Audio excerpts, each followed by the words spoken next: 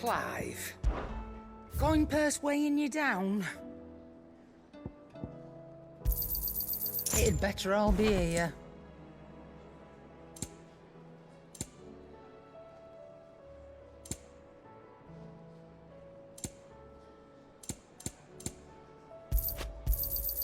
You'll not find a better price than that.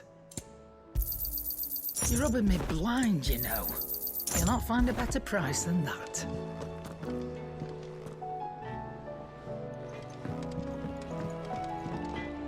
Yep. What's that for you, dear?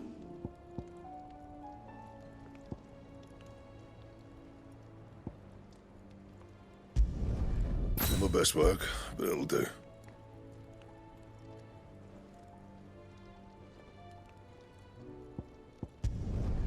Yeah, that should do you.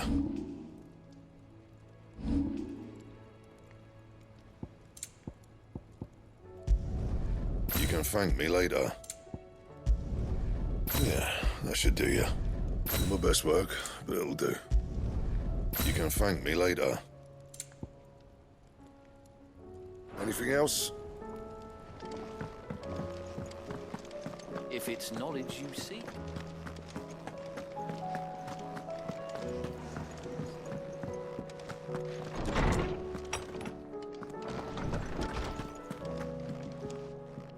Sid, perhaps you can help me solve a mystery. I can certainly try. Who's gone missing this time? It's not who, but what. Mid's scales, the ones she made for her workshop. I borrowed them to teach the little ones about weight, and shortly after the lesson, well, they vanished. My first thought was that they'd taken them off somewhere to play, but when I asked, they swore they had nothing to do with their having disappeared. Which almost certainly means they had everything to do with it. Perhaps a visit from Sid will jog their memories. I think it just might. Thank you. I don't like to imagine that my pupils would lie to me. But if they have, I'll have no choice but to discipline them accordingly. They were in the atrium when I last saw them, as always.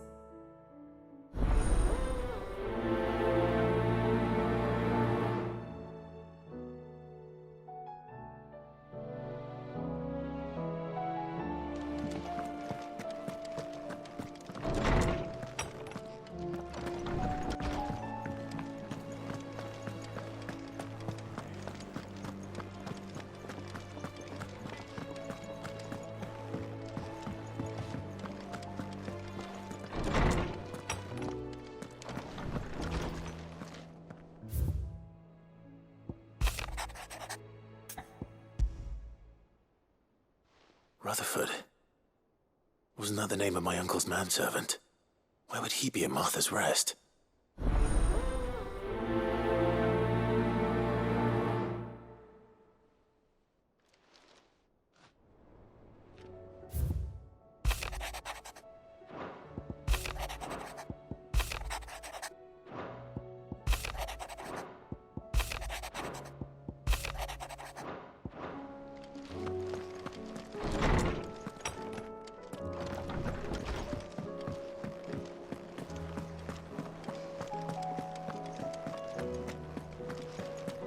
Oh, that blasted book.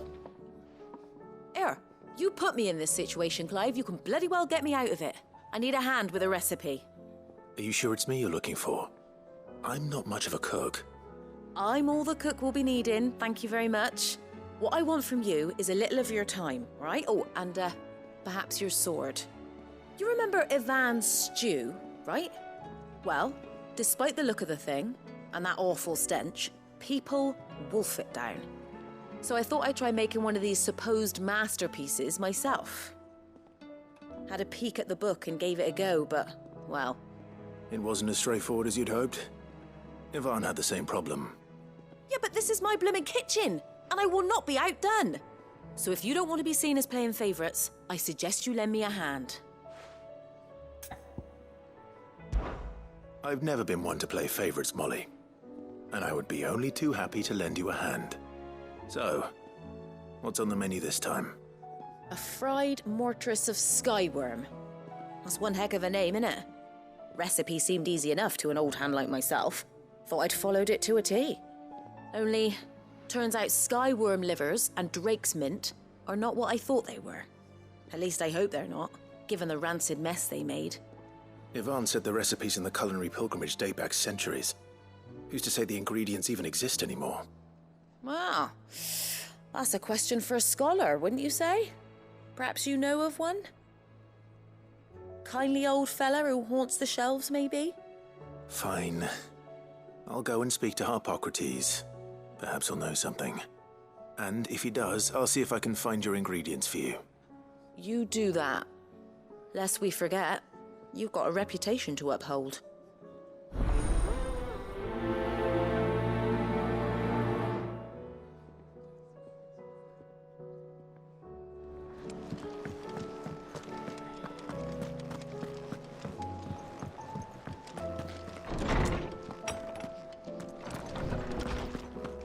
Let me help.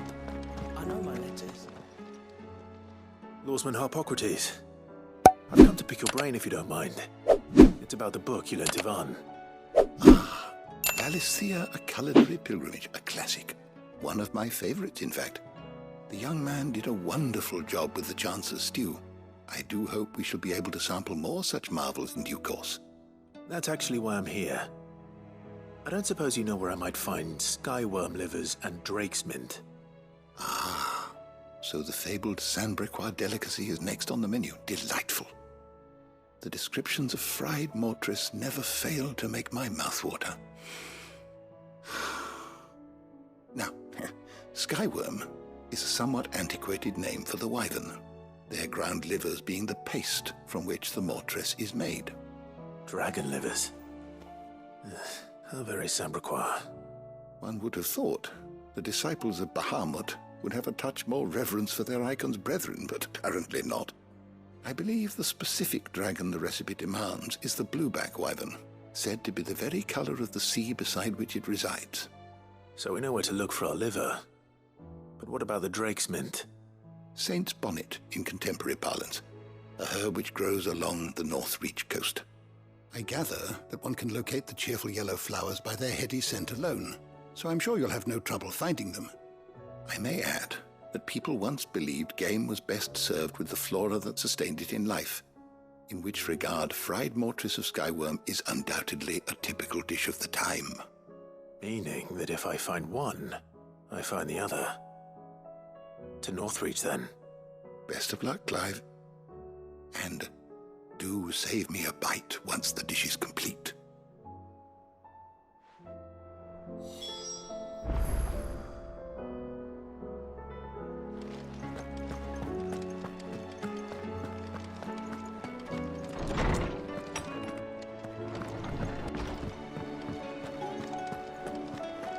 Who's that sulking over there by the door?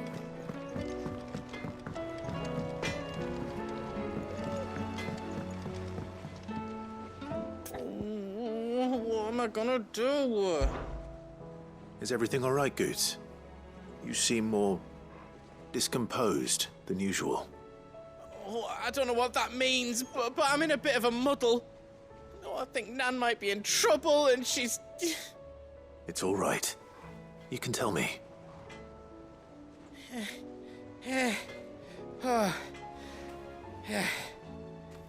There was a trader came by. One of our usuals, like. Said he'd heard some rotten rumours about her down Dallymill Way. Folk are saying she's been selling to bandits and cutthroats and that. I mean, she's fond of a chance to make a coin or two, aye, but she'd never do business with baddies. Especially not the kind who go hurting people who haven't done out. I wanted to ask her about it myself, but I'm scared she'll give us a tongue lashing. She'd never give your tongue a lashing, though, would she? Don't worry. I'll speak to her. Oh, thanks, Clive. You'll let me know what she says, won't you? Of course. I'm sure it's all just a misunderstanding.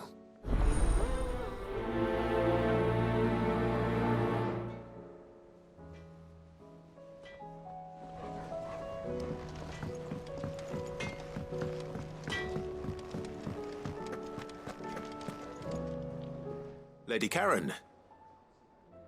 How How's business? Not nearly as foul as the weather. You're doing good trade then? Both in and out of the hideaway? Can't complain. Wait. What exactly are you getting at? Not once in 5 long years do you pay my affairs half a care, but here you are today, raking me over the coals like a bloody popoto? Just asking. Out of interest. All right. I'm here because I was told that certain rumors have been circulating. About you selling weapons to brigands. Oh, are you? And who was it who knows me so well as to tell tales of my evil exploits? I didn't exactly hear firsthand. All I know is that someone in Dalimil has been spreading word to that effect. And what? You believe it? You think I'm profiting off the blood of innocents, do you? Look, I've done things I'm not proud of. Might be there were a time when I turned a blind eye to the wretchedness of the world so I could line my pocket. But that woman is no more. And you'd know that if you'd ever paid the slightest bit of notice. You're right, Lady Karen. I apologize. It was wrong of me to doubt you. Aye, it was. Now, I reckon you've got better things to do than pointing your do-gooding finger at a poor old woman. Of course. Good day.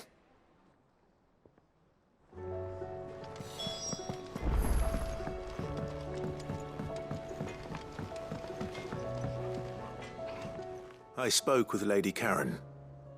What did she say? That the rumors were unfounded, and that I was a fool for thinking they might hold any truth, along with some other things that made her feelings clear. And while it sounds like she may have done things she regretted in her past, she says those days are behind her. Oh, well, that's good. I knew Nan wasn't caught up in out bad. But why would people say she was? What did she ever do to them? It's not right. No, it's not. But people do things for all sorts of reasons. Perhaps we'll never know. Well, I'm going to find out. That trader, he said they were all talking about her in Dalimil. So that's where I'm going. I'll find someone who'll tell me, you'll see. Are you sure that's wise? Whoever's spreading these rumors means Karen ill. Oh, right. But that's why you'll be coming with me, isn't it, Clive? I suppose it is.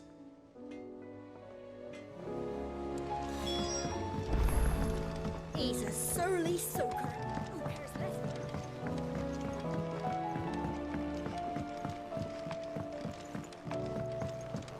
Sid, heard you were in Canberra fetching young Ned.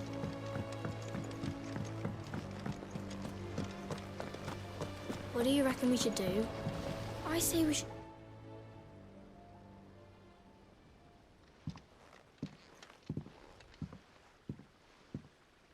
Sid! Hard at your studies, I see. And what is that? It's not a set of scales, is it? No. Of course it isn't. Well, not anymore, it's not. Oh!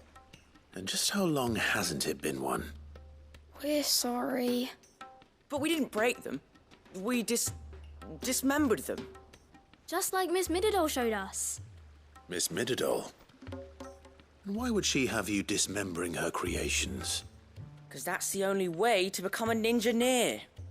Miss Middledore said, the best way to see how something works is to take it apart and put it back together again. Well then, your work is already half done. Carry on. About that. The taking apart was easy enough, but it's the putting back we can't work out. Speak for yourself. The heavy thing goes at the bottom. Then...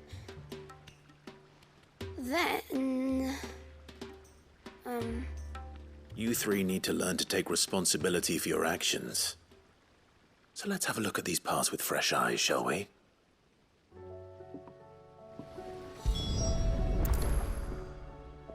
All right. Everything here was once part of Miss Midadol's scales. Every piece has its own role to play, and each is just as important as the others. If even one of them is missing, the scales won't work. So let's think about what those roles might be. You already know one of the pieces, the body. Its role is to support everything else. But what of the others?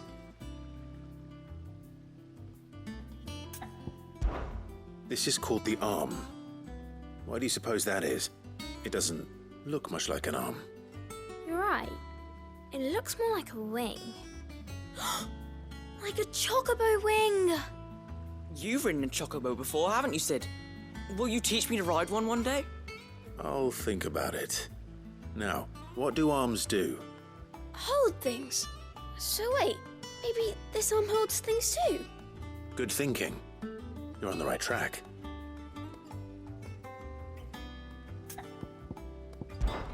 These round parts are called the pans.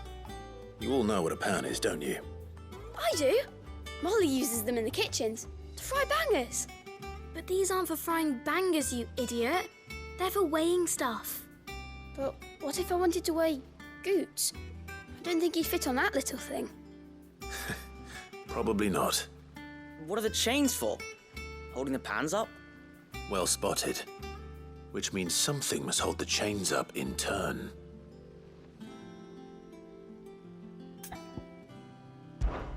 This tiny piece is what's called a cogwheel, or gear. Have you ever seen one before? I have. Miss Midadol's dungeon is full of them. Most are on the floor. She puts them in all her inventions. They spin round and round and round and round and... That's right. They're very useful when you want to make things move. Do you remember if there was anything on the scales that moved? I remember the arm moved when I tried weighing an apple. And then somebody ate it. It's not my fault. You shouldn't have tried weighing it before lunch. You know what part's supposed to move and how it's supposed to move. So, let's put the pieces together first, see what doesn't move, and then stick the cogwheel to that. Not a bad idea. You see? It's not so difficult. So, now that we've taken stock of the parts and learned what they do, what do you think? I think we've got it.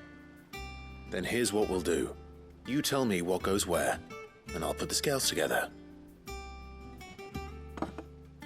Well, obviously you need to start with the body. All the other pieces fit onto it, don't they? And the arms go on the body, just like real arms. Or wings, if you're a chocobo. And then the arms hold the pans by the chains. Very good. Let's see if that works. There. All finished.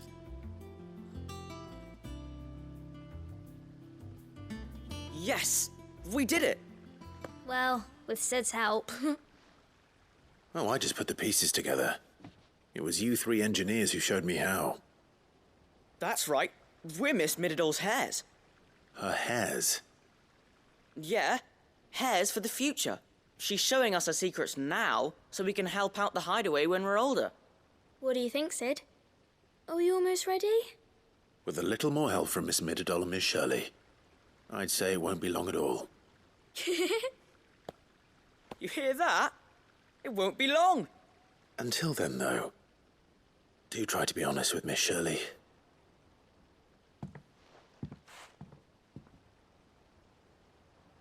Hey, look! We never used the cogwheel. You don't think Sid forgot about it, do you?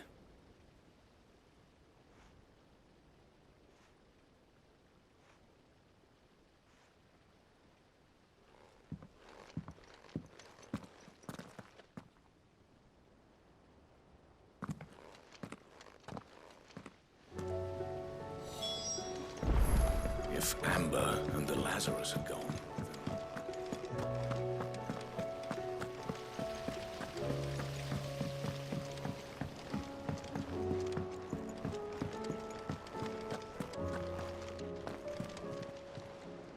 Welcome to the Patron's Whisper. You earned this. Best of luck out there, Sid.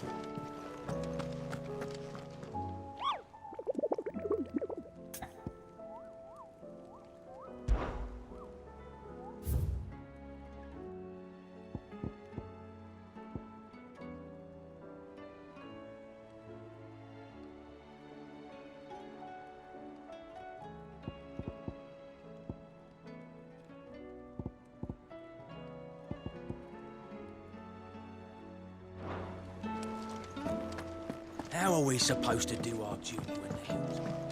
Cole said it was an army of Akashi.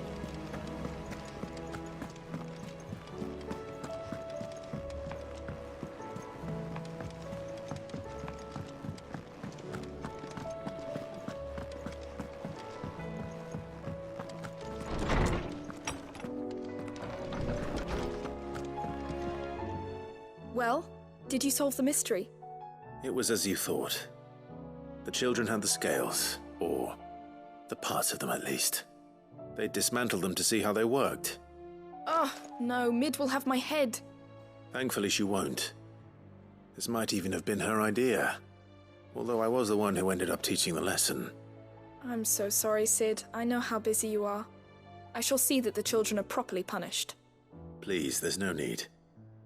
Mid seems to have taken the three of them under her wing. She's even calling them her heirs. She'd have them follow in her footsteps. And her father's.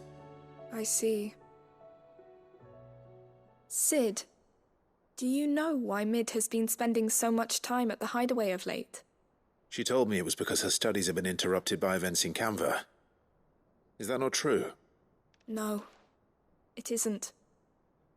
The university offered her a commission. In exchange for full tuition, room and board, they asked her to oversee the design of several new war engines. To anyone else it would be an opportunity, but to Mid, who lost both her parents to war, it was a bitter pill.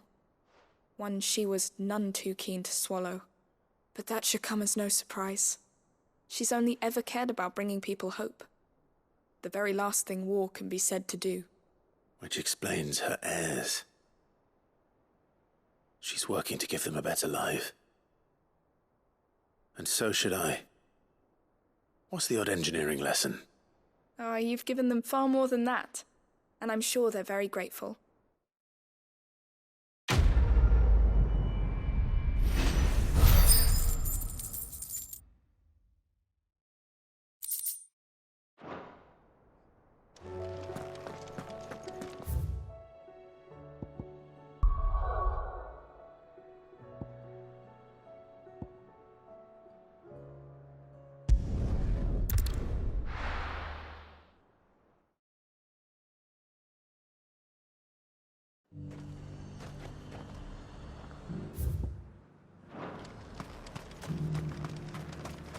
I got peppers to numb your tongue up.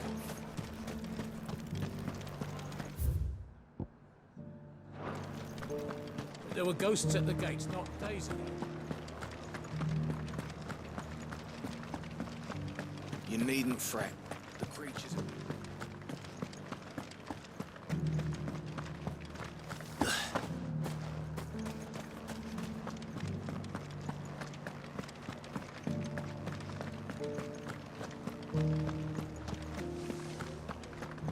To the meadows, then. That's what the cats...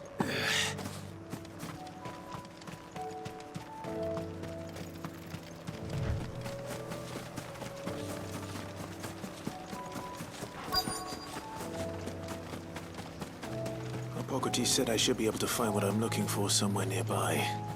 Bright blue dragons and bright yellow flowers. Should be easy enough to spot.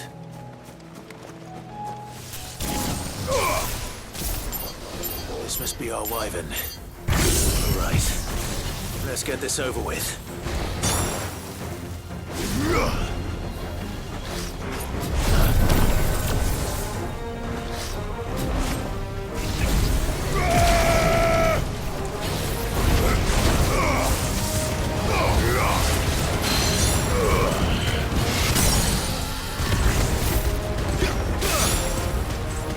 Ah!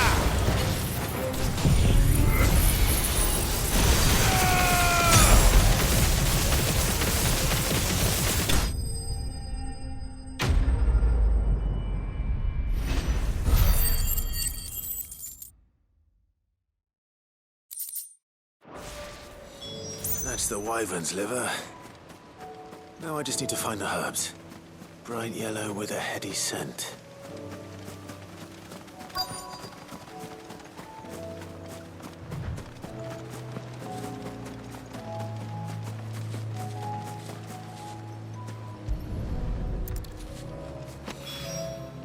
I think that's everything Molly needs.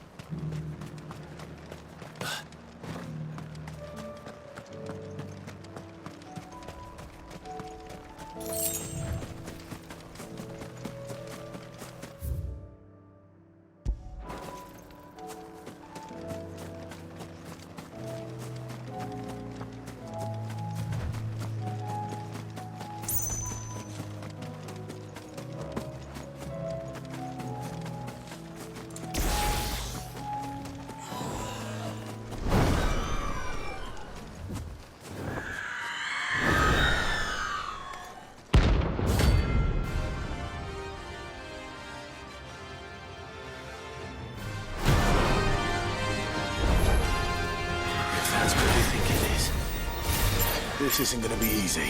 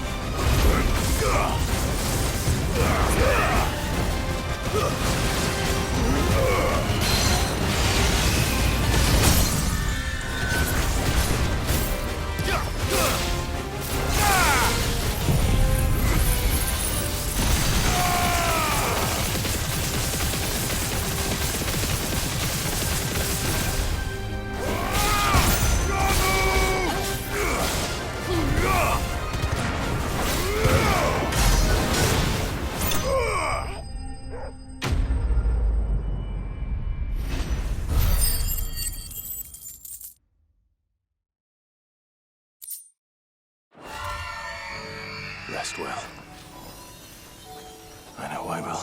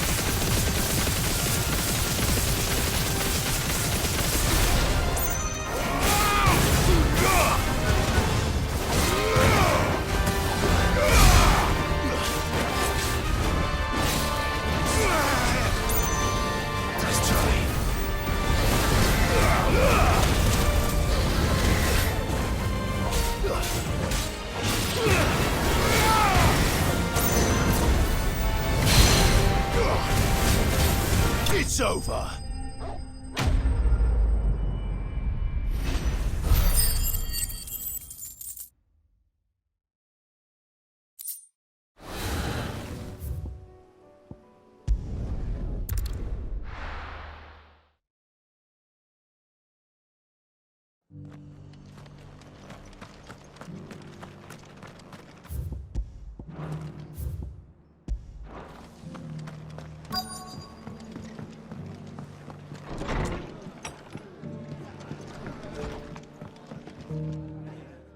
Clive. Just the man I was hoping to see.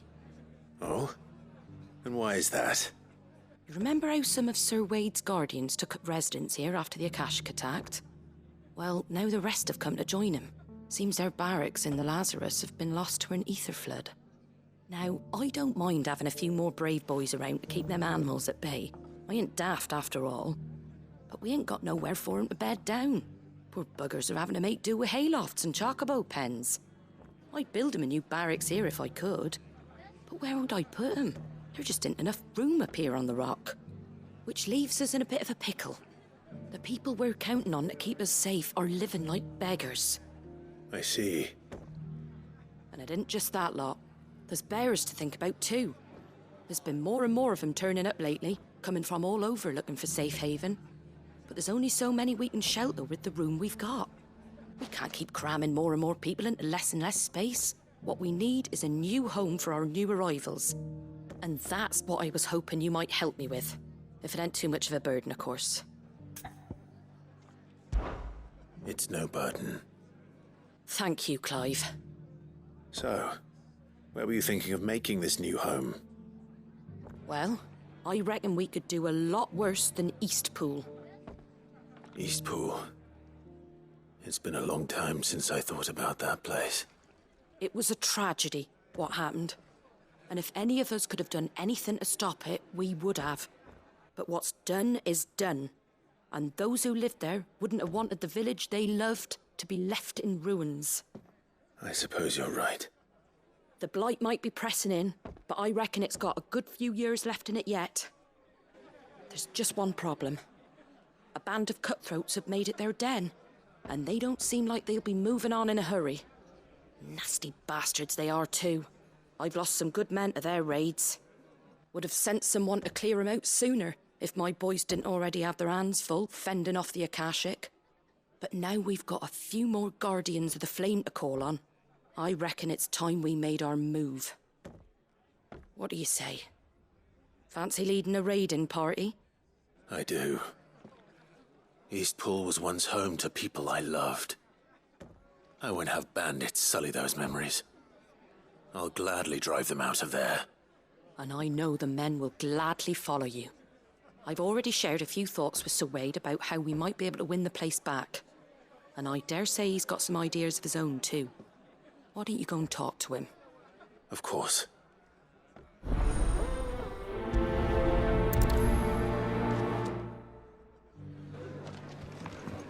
All right, Sir Wade. Let's hear your plan.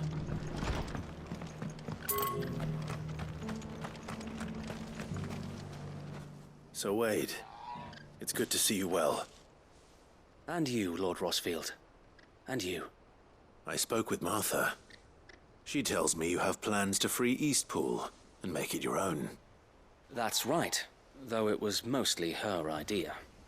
I rather fear my men have been treading on her toes somewhat since joining us, not to mention each other's. And then there are the bearers, men and women who found the courage to flee their masters and sought refuge here. We need somewhere to settle them, and I can think of worse places than Eastpool. As can I. Which is why I agreed to help you win it back. That's very kind of you. I'd be most grateful if you would. With you beside us, we shall soon send that rabble of rogues running for the hills. So, what can you tell me? That thankfully there aren't too many of them. Fewer than a dozen at our last count. And rather less, thankfully. The road that leads there will more than likely still be crawling with Akashic. A small force would suffice to clear the village, but if the Akashic were to follow them in, That force could end up trapped between a rock and a very hard place indeed. I'll head into Eastpool and deal with the bandits. You and the Guardians can stay outside the village and fend off any Akashic who come too close. Make sure I'm not taken unawares. I can't ask you to bear all that risk yourself, my lord. The Akashic are the bigger risk. I can handle a few bandits. Well, if you're sure, I shall summon my men at once. Shall I wait for you here? No need, my lord. You go on ahead. We'll be with you before long. All right. I'll meet you at Eastpool then. We shall see you there. And may victory await our coming.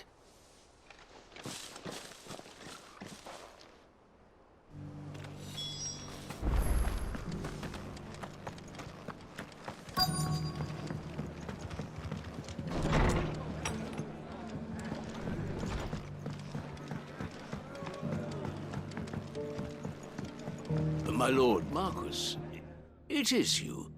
Then you received my letter. I am Sebastian Rutherford, chief steward of your lord uncle's estate. Of course. We met once before. Yes, my lord. Thank you for coming. And what was so sensitive that you couldn't put it in writing? 1,000 apologies, my lord. I did not mean to offend. I merely... It's all right. Continue. I am here at Martha's Rest, at the behest of your lord uncle, tasked with learning what I am able of the realm's current state of affairs. And what I have learned is grim. The fall of the Mother Crystals has left Storm in a state of utter disarray.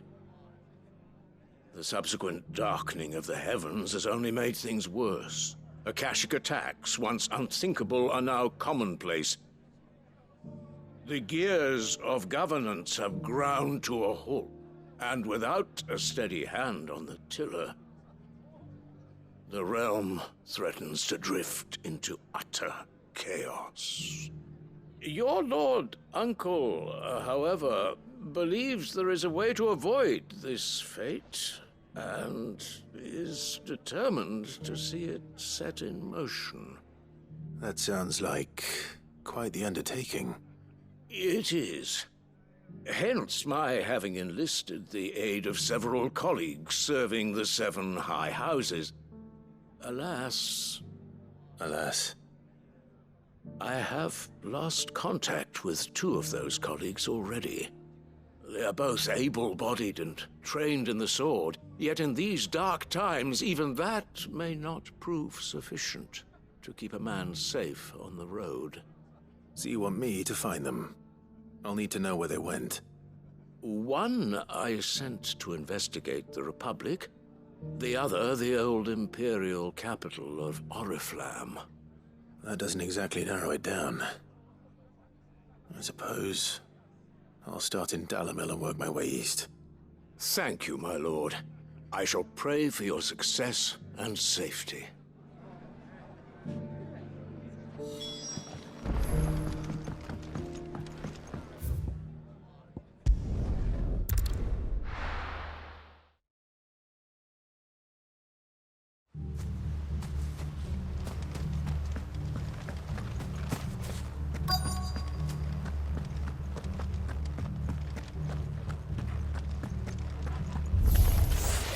You think you can just walk in here?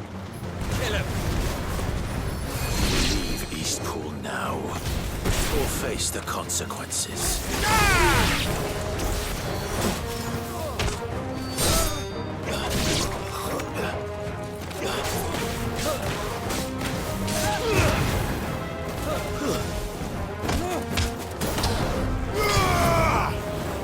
It's over!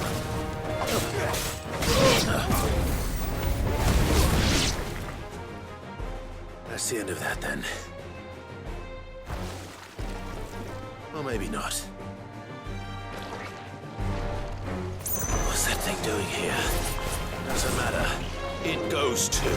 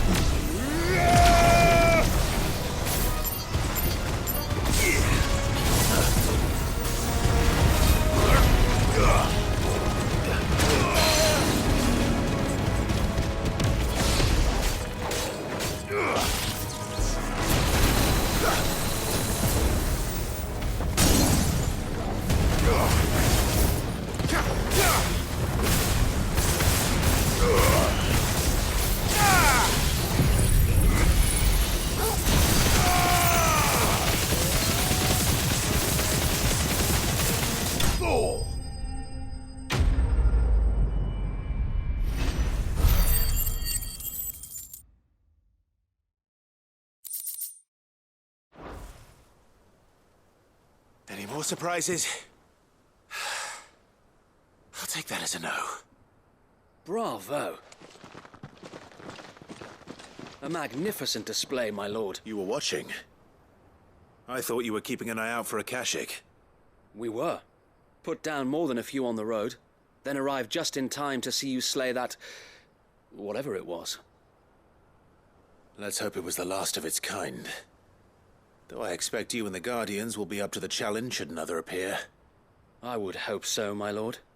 Your men will be bringing the bearers who'll be living here, I assume.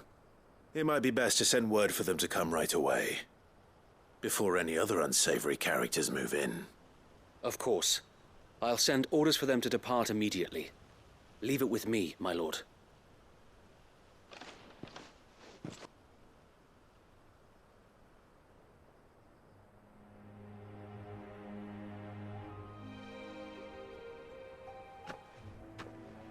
Home. Without masters. No. We're the masters now. Our lives are our own at last. That's all of them, and not a single Akashek in sight. Now to begin the important work of rebuilding the place. It won't be easy, especially not after 5 years of beasts and blackguards having their wicked way with the place. The masonry might still be sturdy enough, but half the beams are rotted. Those that weren't lost in the fire or burned by the bandits, that is. It'll take a bit of elbow grease, but we'll see Eastpool rise again. Just you wait. So wait. Lady Hannah is buried here. If you don't mind, I'd like Oscar to join the rebuilding efforts. He should be a part of this. Of course. I couldn't agree more. I'll let Martha know that everyone arrived safely. If you need anything more, you have only to send a Stolas. And we will, my lord. Safe travels. Eastpool is in.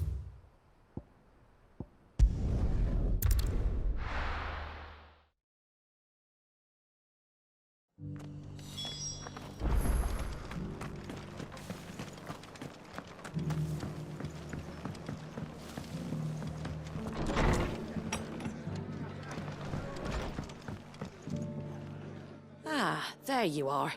All went well then. Sir Wade told me you got rid of the bandits while his lot kept an eye out. Nicely done. And what's all this about some shape-shifting nightmare showing up? On second thoughts, don't tell me. It'll only give me nightmares of me own. What matters is you did it, and now we can build our new village. I suppose it will be. What will you call it? What else? Eastpool. Sir Wade said it best. There's plenty bad happened to that place, but that don't undo the good that happened there. No need to throw the baby out with the bathwater. Did Wade say that? Well, something along those lines. Anyway, the poor souls might have made it to Eastpool, but their work ain't done yet. So the way I see it, neither is mine. If it's food or lumber or strong backs they need, the rest is ready to provide it. Thank you, Martha. No, thank you. You didn't have to help us. I wanted to.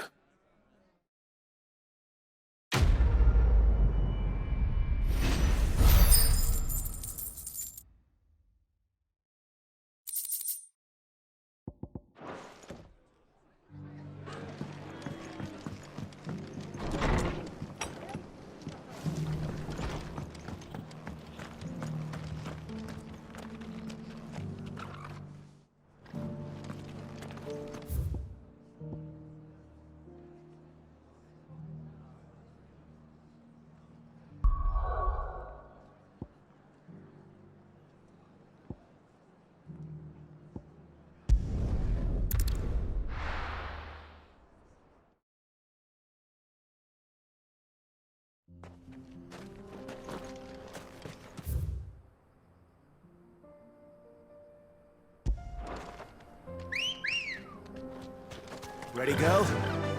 Fly, Ambrosia.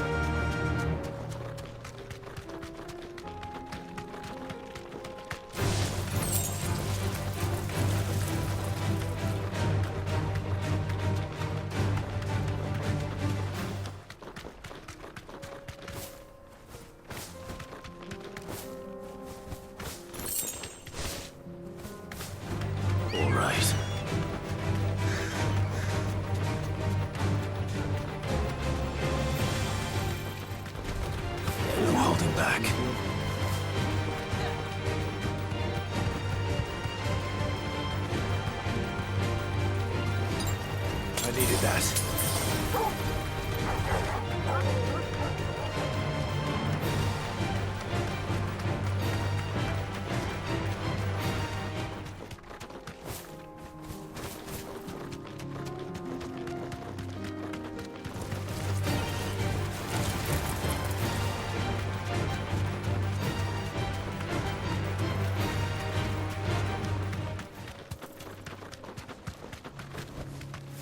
Thanks, girl.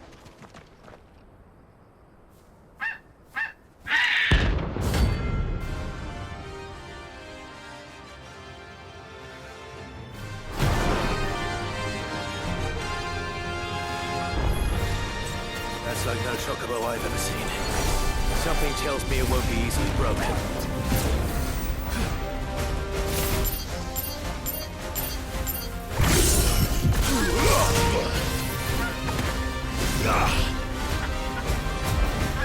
Nice try.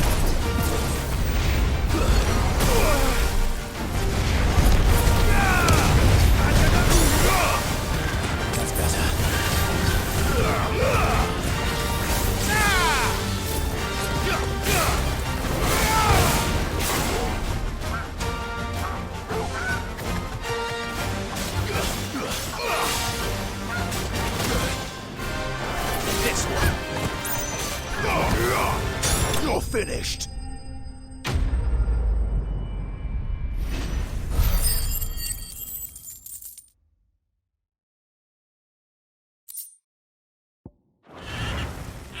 Poor beast. There was nothing I could do.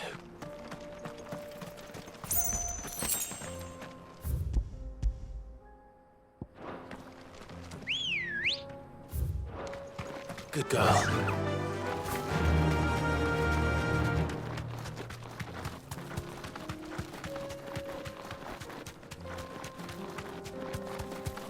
Better already. Don't get surrounded.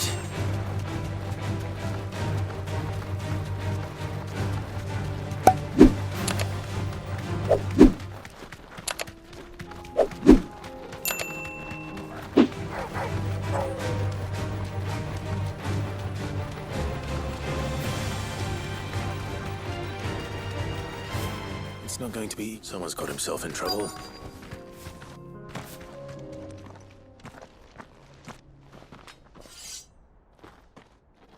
I don't see your master here, so you can start by giving us all the coppers in your purse. I already told you, I have nothing. Then maybe we'll take that pretty outfit and the steel you're wearing. Please! These men are trying to rob me! I'll deal with this. Thank you. You that one's master, then? If you'd kindly pay the coin he owes us, we can pretend you didn't draw your blade on Republican soldiers. Or you can go back to your garrison and I won't report you to your captain. Oh, you're more than welcome to.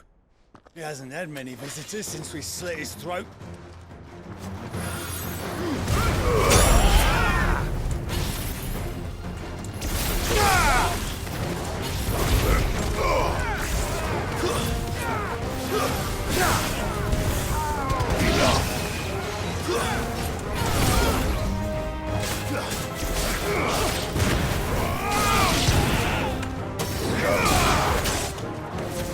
Stay down!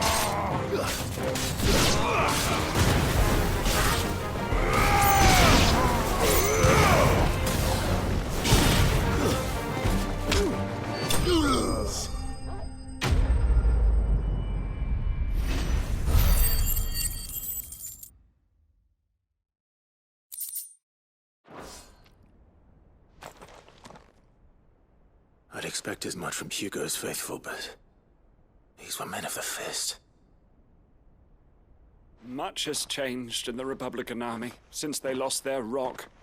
You've seen this kind of thing before, then? Many times. I was sent here to observe the situation. You're one of Rutherford's men. He sent me to look for you. Well, then you have my thanks. I fancy I could defend myself against one, perhaps two, but a whole regiment... I arrived in Dalimil several days ago, but when I called upon the captain of the local garrison to make inquiries, his men confiscated my effects and locked me in a cell. The captain is no more, and his men make the rules now. Fortunately, I was able to bribe my way free, only to be stopped again by those soldiers you so kindly dispatched. What of the Fist's Central Command? Surely they wouldn't allow such lawlessness amongst their ranks. I would imagine they are unaware of it. Most of the army has fallen back to the capital and hunkered down behind her walls. Those who weren't recalled now rule the fringes unchecked, answering to no one but themselves. Then it's worse than we imagined. You should return to Rosaria. It's not safe here. I'll find a caravan heading north. You won't mind if I borrow one of these soldiers' coin purses?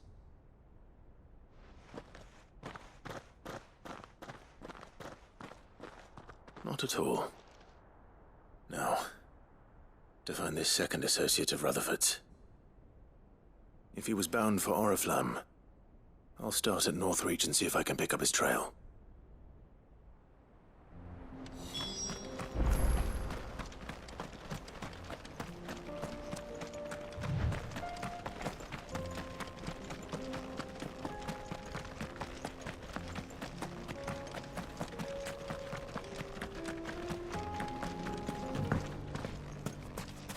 It shouldn't be too hard to find goods. Could be I know something. Clive, listen!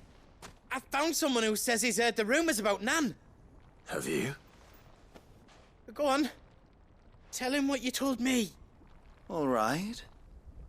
It's like I said. A wizened old crone by the name of Karen's been selling steel to whoever will pay her price, be they knight or knave.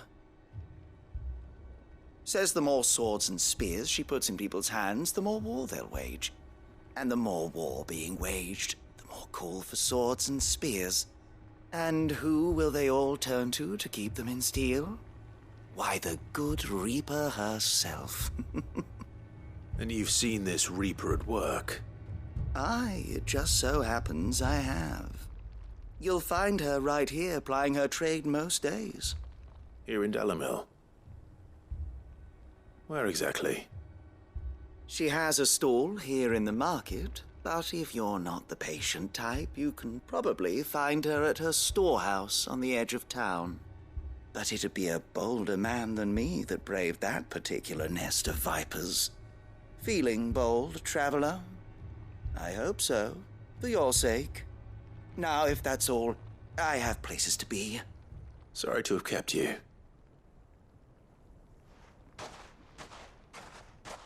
You don't think Nan's the Reaper, do you? Not unless she's discovered the secret of how to be in two places at once. Eh? What do you mean?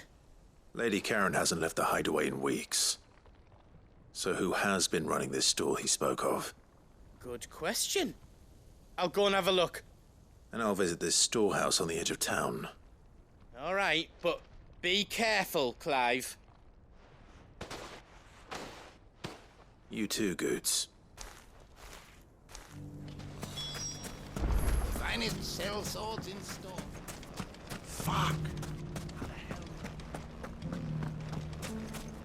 The gentlemen of the town guard are strapping.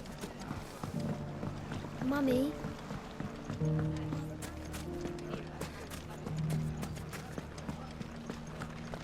It has long been my habit to keep a watchful eye on the comings and goings around Dalimil.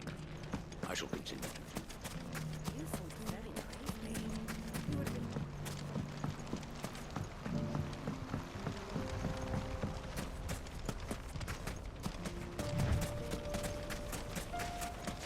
Time to brave the Viper's Nest.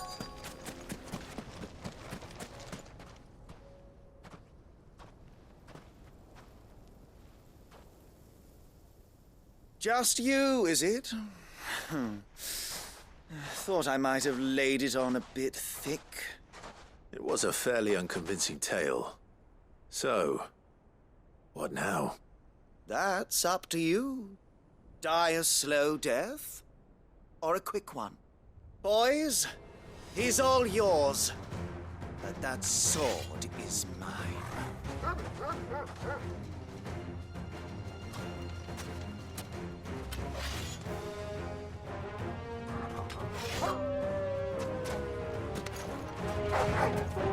Leave now, and we could pretend this didn't happen.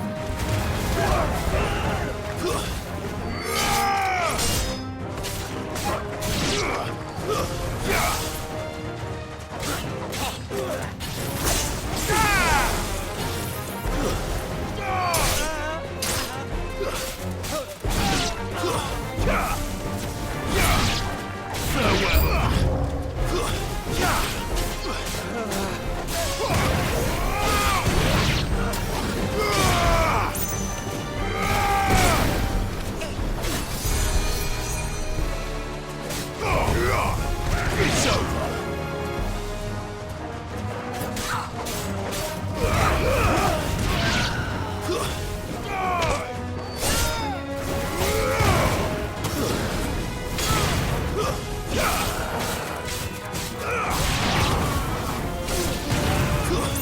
Stay down!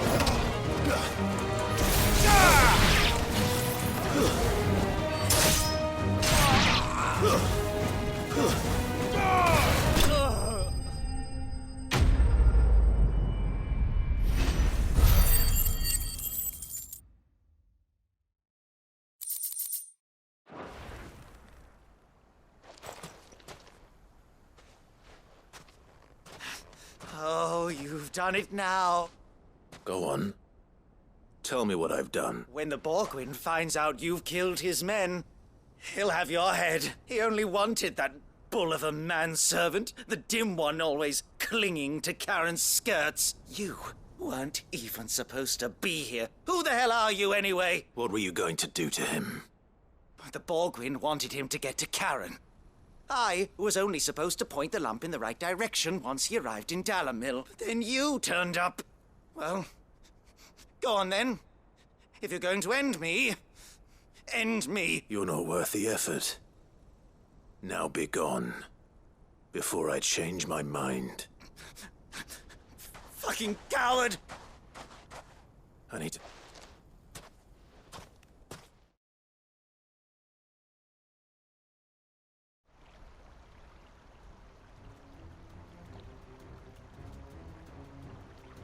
Get your filthy paws off me, you naughty-pated lout! Stop calling me names! And stop spreading them horrible lies about Nan! Well, that will be easy enough. For they are not lies. Every last word is true. And she must pay for her crimes in blood. Blood? Goose, are you all right? He's gonna kill Nan! He said she had to pay in blood! After what she did, it is only right. She ruined my life and the lives of countless others. That loathsome harpy's very existence is a crime, and I will not allow it to continue. Goots, was it? I have no quarrel with you. Only with your employer. Run along now. You need not pay for her sins. No. No? I don't care what she did. I won't let you hurt Nan. Promise me you won't hurt her, or I'll kill you myself! Goot, no. Enough, all of you!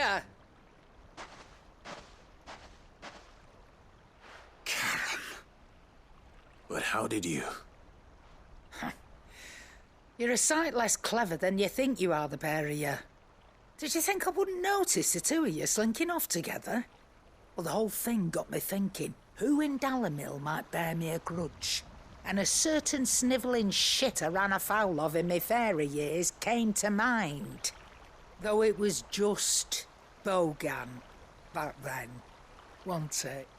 I thought the years might have taught you some sense, but I see you're the same pants-pissing craven you've always been. What was it we called you? Wet legs?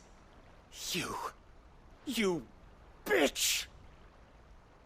Everything that happened, it was all your fault!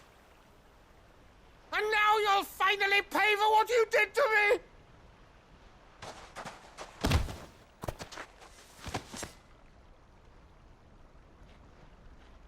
Gooch, you... If you want a piece of Nan, you'll have to go through me. Fuck! You great galoot. Out of the way, I can handle this myself. So, wet legs, you remember what you told me when we last met? An eye for an eye. Wise words, Sam. Wise words.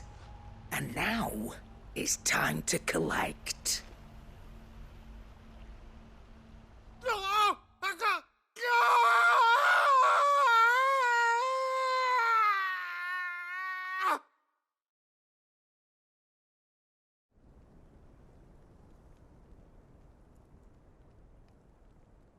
Sorry to keep you waiting. Is he... dead? No. But I reckon he wishes he was. It isn't easy going through life one eye short of a pair. After all, I should know. You don't mean... Oh, don't tell me you didn't notice. Lost it to old Wet Legs back when we were working the same routes. Said I'd stolen from his strongbox. I'd done nothing of the sort, mind. But that didn't stop him taking his little revenge. So I took some of my own. Sorry, lost everything. His coin, his clients.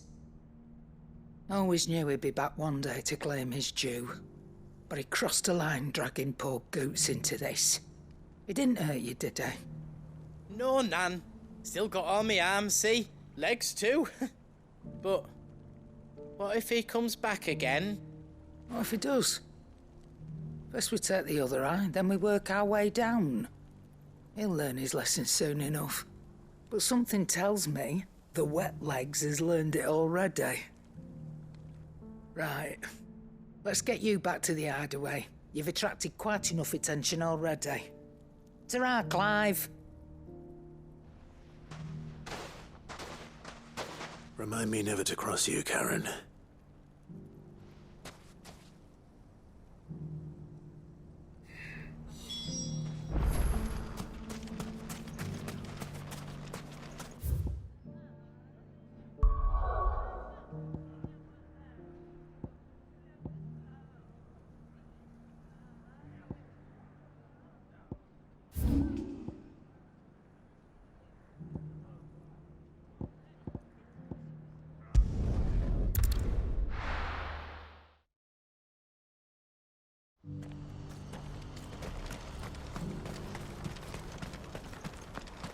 If we're going to do this, we'll need... Clive, your timing is impeccable. It just so happens that right at this very moment, we're in need of someone with your talents. And what talents would those be? Why, your fearlessness and your skill with a blade. I'm listening. Well, as I'm sure you're aware, when these dark skies swept over the Republic, so too did a wave of chaos and confusion. Randalar has been particularly badly affected. Many of the capital's bearers have lost their masters, or taken the opportunity to flee them. None remain free for long, of course. Most find themselves under the protection of the Fist before they get far. But the army too is in disarray, and finds itself unable to provide for its new charges. Which means it has been looking to sell. And you've been looking to buy, to make sure these masterless bearers remain that way. Precisely. It's the perfect opportunity to free dozens more, and for an attractive price, no less. So where does my skill with a blade come in? Though we may have the funds to buy these bearers, we have nowhere to house them. So we've been searching for a place where they can be resettled. Somewhere far from the prying eyes of those who would see them enslaved once more. And we believe we have found one. Cashlock. A small hamlet hidden in a canyon. The place was abandoned a long time ago, but when the men moved out, the beasts moved in. And so we seek the aid of a fearless swordsman to encourage them to look elsewhere. You'll help, won't you? How could I refuse? Excellent. Theo, if you wouldn't mind making arrangements for the transportation of our guests, as we discussed. Of course. Leave everything with me.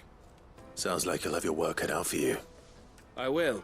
We have an entire village to stock and furnish. Residents and all.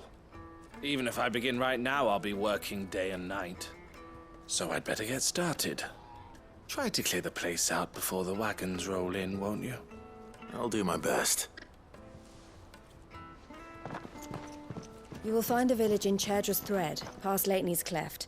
My man there will open the gate for you. All right. Wish me luck. I'm sure you won't need it.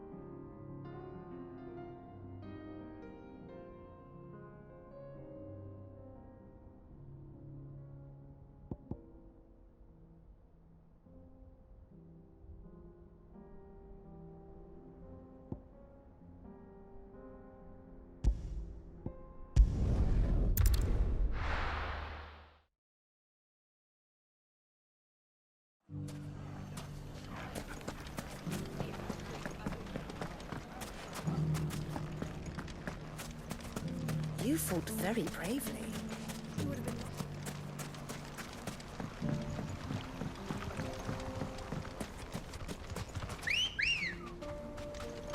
Good girl. Faster!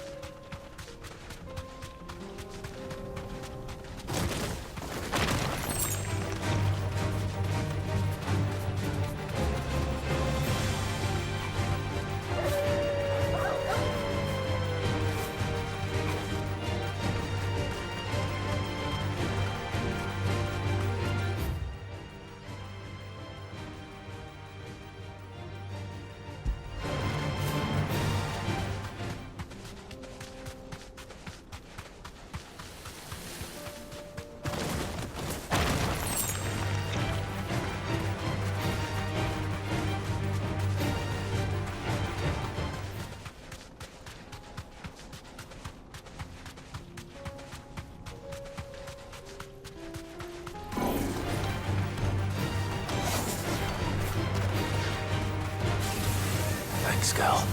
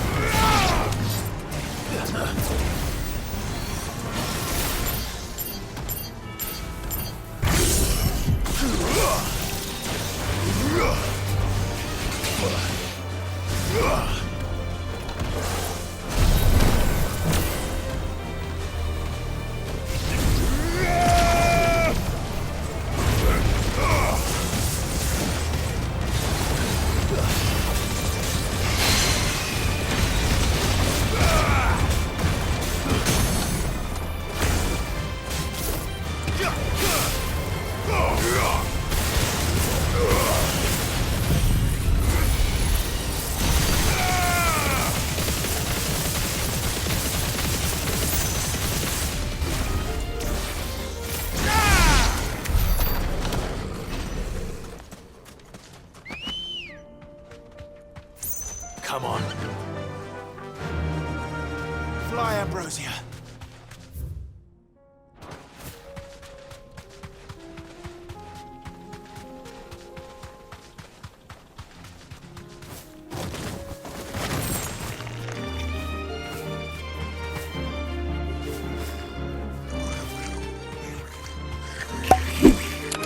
You deserve a rest.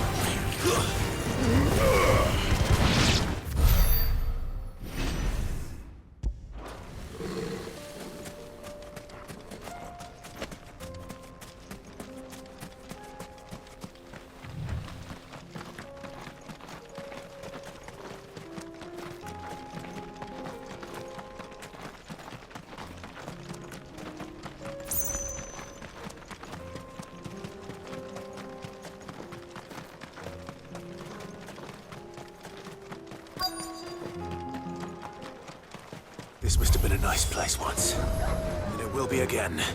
There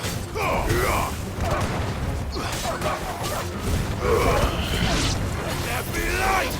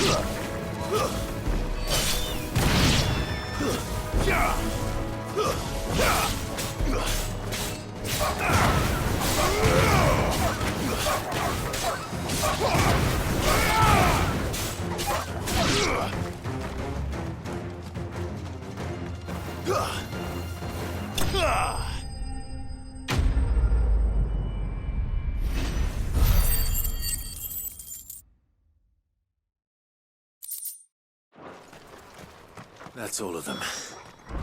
Come on, Torgal. Let's head back to Boklad.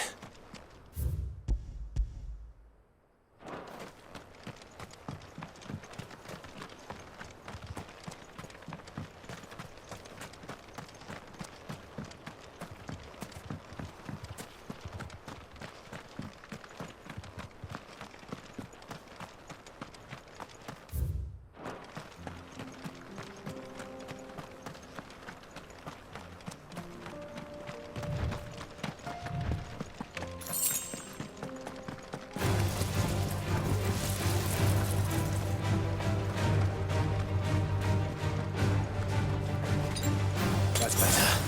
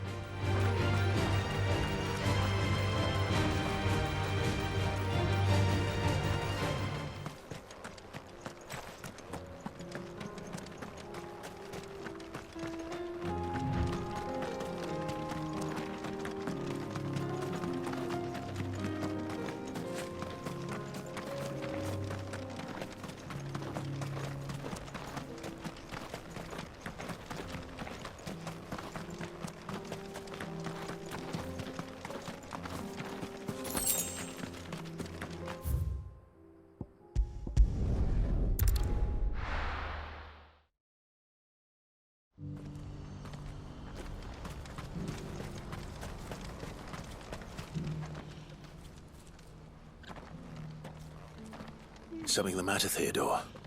Quiet. Those are our terms.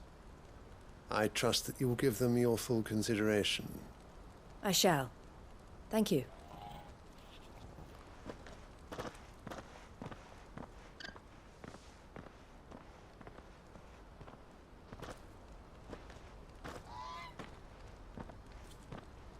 Him again. Someone you know? Yes. And, no. But enough about him. How did you fare down in Cashlock? It's done. The village is safe now. You made quick work of it, as always. I should go and let Eloise know. Don't let me keep you. But Clive, don't tell her I was watching her, will you? She'll only get upset. I'll explain everything once you've finished with your report. All right. We'll speak then.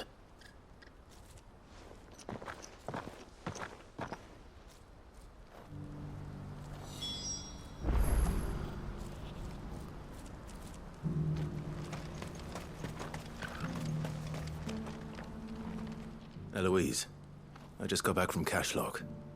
The village should be safe now. Thank you, Clive. Here, something for your trouble. Well then, now that you have laid the groundwork for our little project, I suppose we'd better finish the job. The first thing we'll need to do is make sure our offer for the bearers is accepted. You're still in negotiations? We are. A trusted colleague has been dealing with the Fist on our behalf, but things have been trickier than we anticipated. I suppose it's to be expected.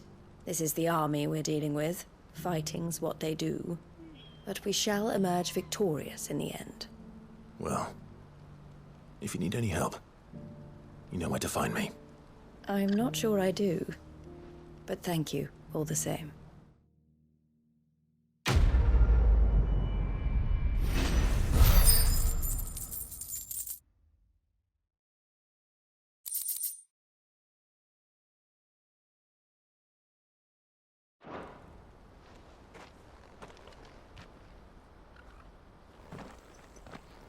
Ah, Clive.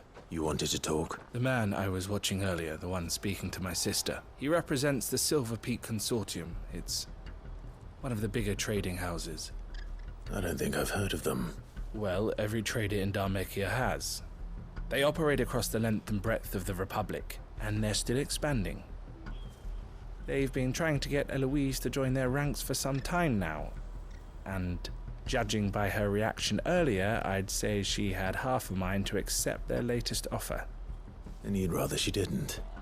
I would rather she did what makes her happy. And I would never deny her such an opportunity. Eloise saved me from slavery, and we have striven to save others like me ever since. But this was not the life my sister wanted, nor the one she deserves. I won't let her give up on her dreams again for my sake. She freed me from my bonds, and she must be freed from hers in turn. You're a good man, Theo. I have always been grateful for what my sister did for me, and I want to repay the favor by letting her live her own life. But each time an opportunity to do just that arises, she turns it down. For my sake. She loves you. And I love her. Which is why I want this time to be different. To show her that I don't need to be watched over anymore. Though I'm sure I'll still need some help from time to time. I trust that I can count on you. Always. Thank you, Clive. Well then, I had better get back to work. These bearers aren't going to move themselves. That's a job for the Crimson Caravans.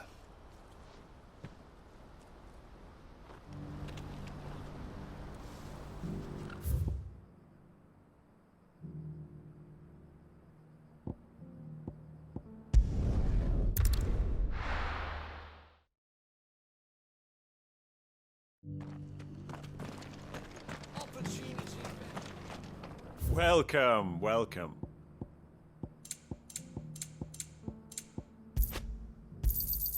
Of course. A fine choice. Is that blade for hire, perchance? Because I have a mind to make a killing. Figuratively, I hope. Well, yes and no. A passing caravan carried with it a rumor most fortuitous for one in my trade, that an elder Dread Evis had been sighted in the fields of Carava. Dread Evis are aggressive beasts. Compelled as they are to acts of violence, few survive to maturity, but those that do develop a hide of phenomenal value. A hide you want to sell? Eventually, yes. Though I would have it tanned first that it might be crafted into marvels the likes of which the world has never seen. Dread Evis skin is a rare thing indeed. But the worked hide of a well-aged beast, now that would fetch such coin that Gilbert himself might weep with envy.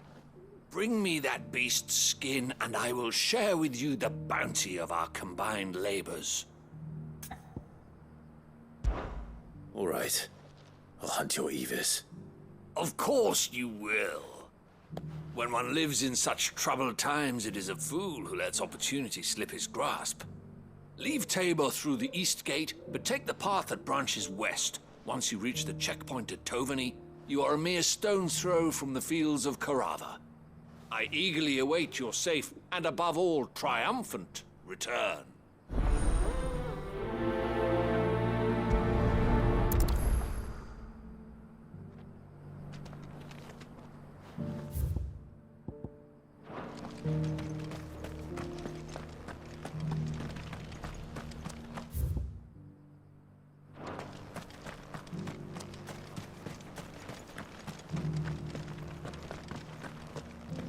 Careful how you pack that leather.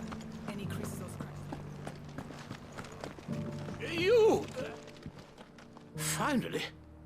No one was paying me the slightest heed. Is something wrong? At the university, the students would hang on my every word. Sadly, this far from home, I'm just a vagrant greybeard. The university? You're a scholar. A specialist in ancient cultures. The most accomplished in all Valisthea, some have said. Not that I look the part in these tattered rags. In my heyday, no obstacle could have kept me from my studies. Yet here I am, a wizened, windbag bested by the many steps of Tabor. The answers I seek lying just beyond my enfeebled reach. Would you do an old man a kindness and brave the stairs in my stead? You'll be amply rewarded, of course. Climb the stairs and memorize a few inscriptions for me, assuming you know your letters, that is. Some courteous soul is rumored to have carved clues to Tabor's rich history into stones dotted about the village. 3 of them, to be precise. 1 each to the north, south, and east. I'm here in the hope that those carvings might shed light on a riddle I've been pondering for some time. Namely, the otherwise undocumented origins of Tabor's unique people. People quite unlike those of neighboring lands. I can't promise I'll remember everything perfectly. Remember what you can. I'll piece together the rest. Make for the domed pavilions, and you'll have no trouble finding the stones.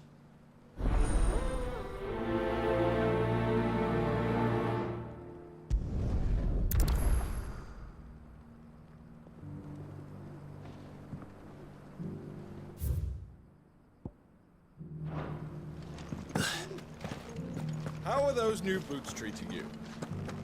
They're fantastic.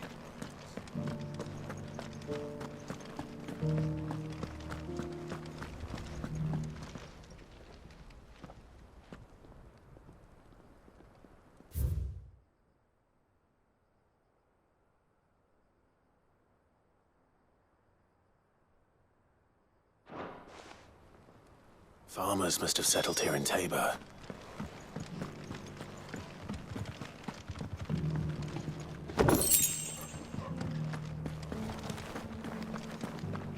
Thank you for the dealer.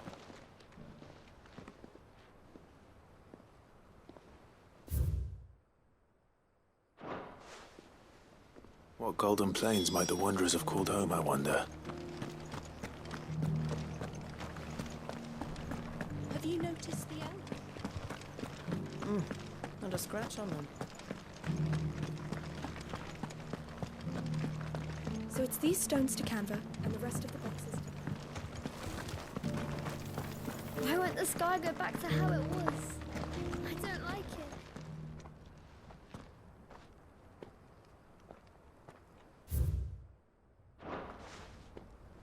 No history would be complete without mention of the mother crystals. I should speak to the old scholar before I forget everything I've read. It's an odd fish, don't you think?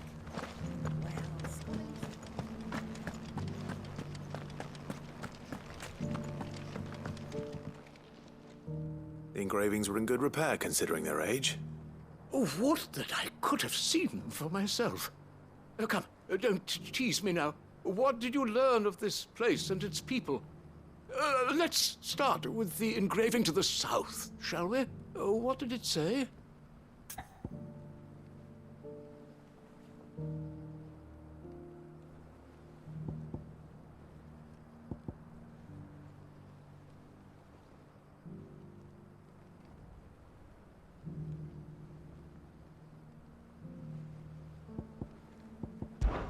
Guardians of the Crystal. The first stones of... I'm pretty sure that was it. Fascinating. It would seem the founders of this city were descendants of those fallen charged with protecting the mother crystals. But whatever could have driven the Guardians so far from their sacred charges, I wonder? The engraving to the north is next, I think.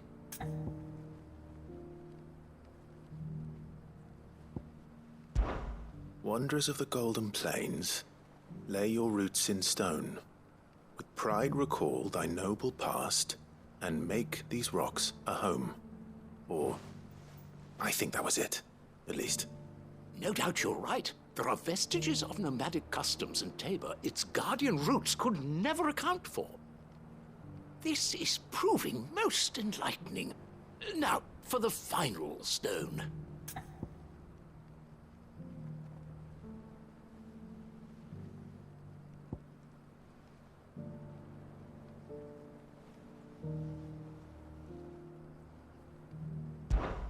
Children of the hunters, now tillers of the land, reap her promised blessing and give praise her gracious hand. That's all three. And so, we add primitive farmers to Tabor's founding peoples, the final piece of the puzzle. 3 engravings, 1 for each of the 3 peoples to have settled Tabor in ancient times. Guardians of the Mother Crystal, wanderers from across the plains, and last but certainly not least, hunters turned farmers. Little wonder it was so difficult to trace the roots of Tabor's culture. Those roots reach down through 3 distinct traditions. Nonetheless, one cannot help but wonder why this fact is not better known among scholars, given that the stones stand here for all to see. Too many stairs, perhaps. Ha! Too many by far. Here, and thank you.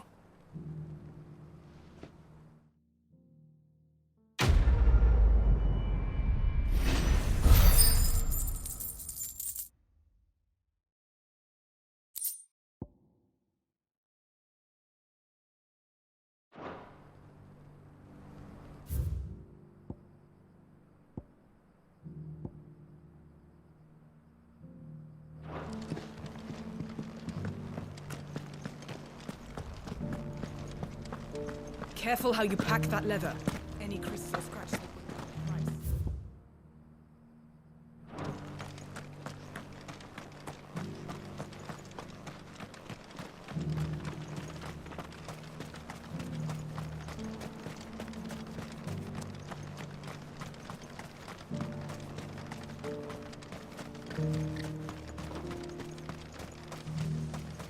The free city's under siege.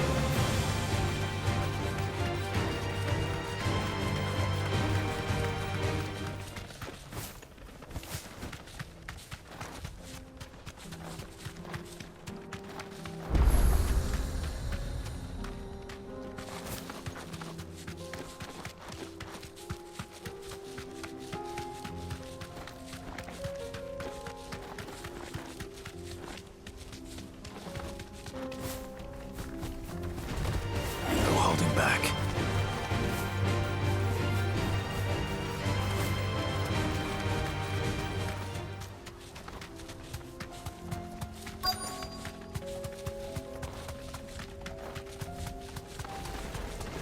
Old he may be, but it looks like there's still plenty of fight in him yet.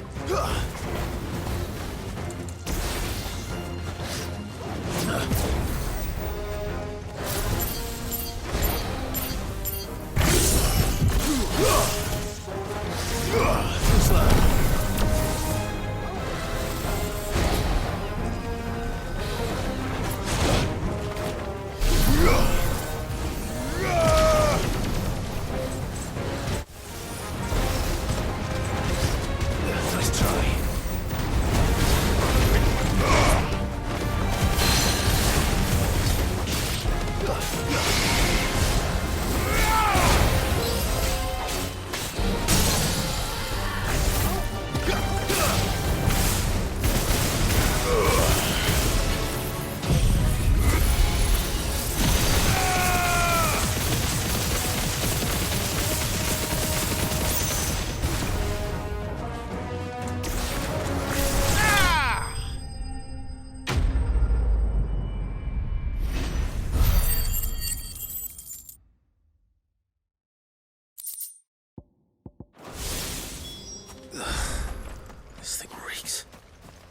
consider it.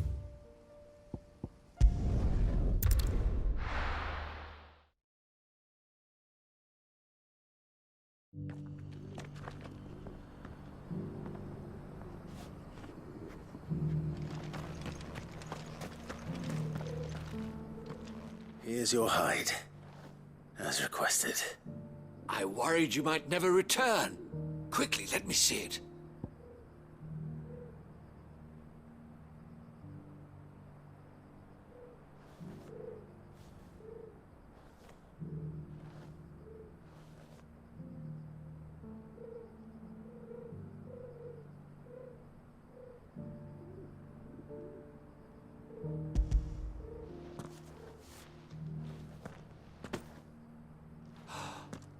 Oh, as supple as a maiden's cheek, yet as adamant as her virtue. This is everything I had hoped for, and more. Clearly, my trust in you was not misplaced. You must be a hunter of considerable talent to have bested the beast with nary a scratch. Join me as my honored partner. With my means and your might, we shall be as wealthy as the merchant kings of Zemeckis. I don't plan on making a habit of this. I'm busy enough as it is. Very well. Though I believe fate had a hand in our meeting, it would be unbecoming of me to beg. Do not allow me to keep you from being about your business. Here, for the hide.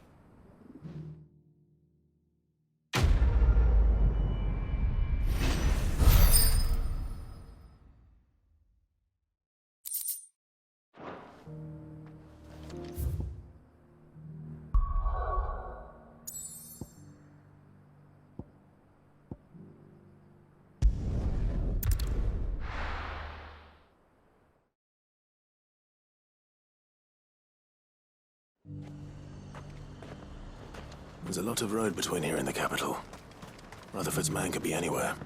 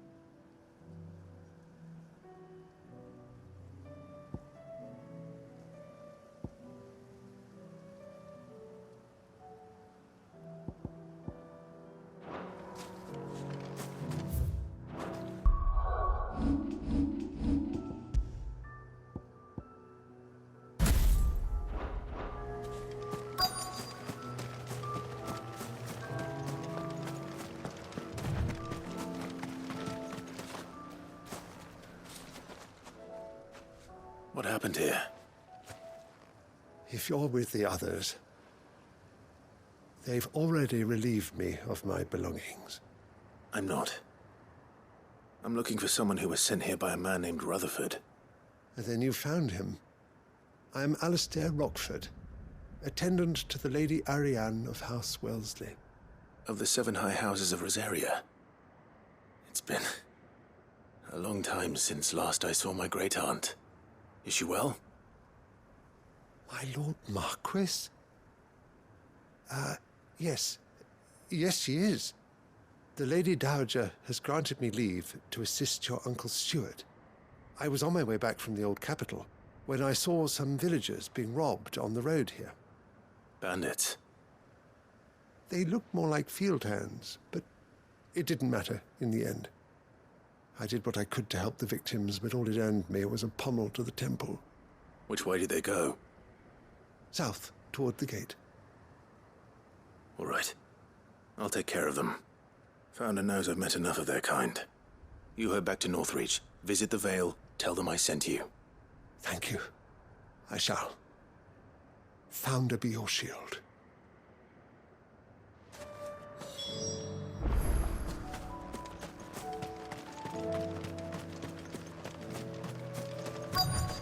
just couldn't resist, could they?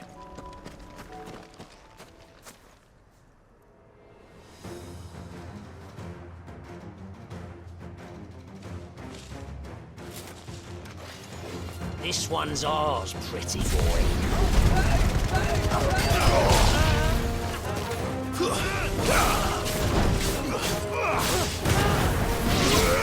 Stay down!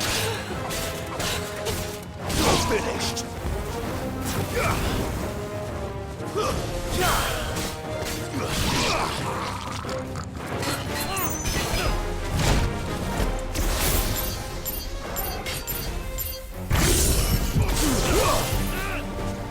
Too slow.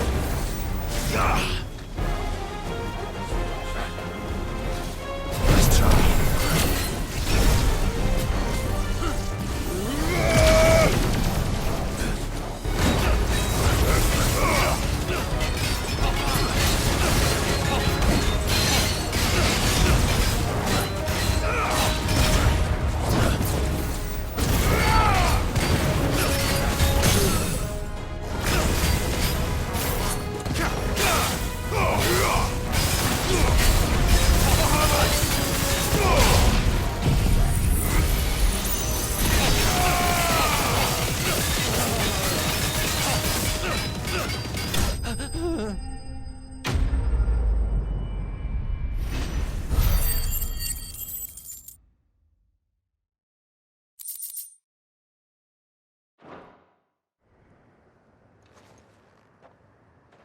Make for the town while you can.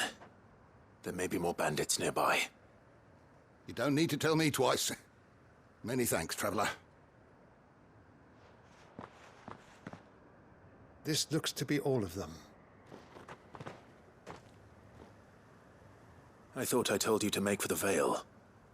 And stand by as ill might befall the heir to the ducal throne.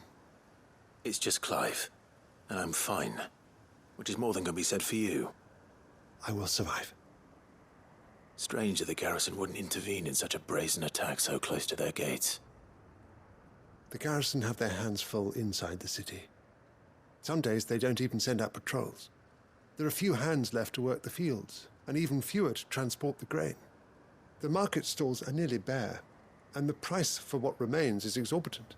It's not uncommon to see a fight break out over a crust of bread.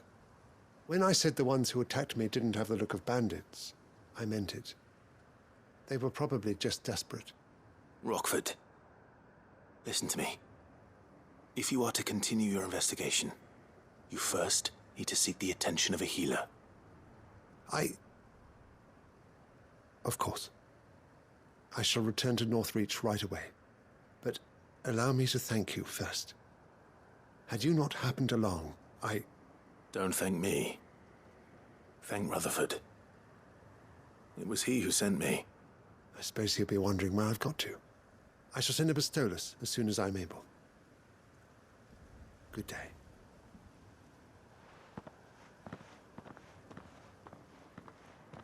My uncle certainly has his work cut out for him. If it isn't already too late. I should go and tell Rutherford that his colleagues are still in one piece.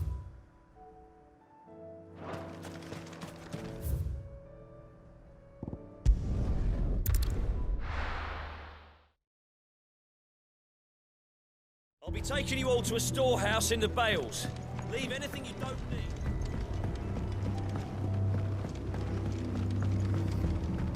You know what you have to do. Clive, I fear that I must bid you farewell. As you know, our time grows short. The Lord Chief Justice's vultures are circling.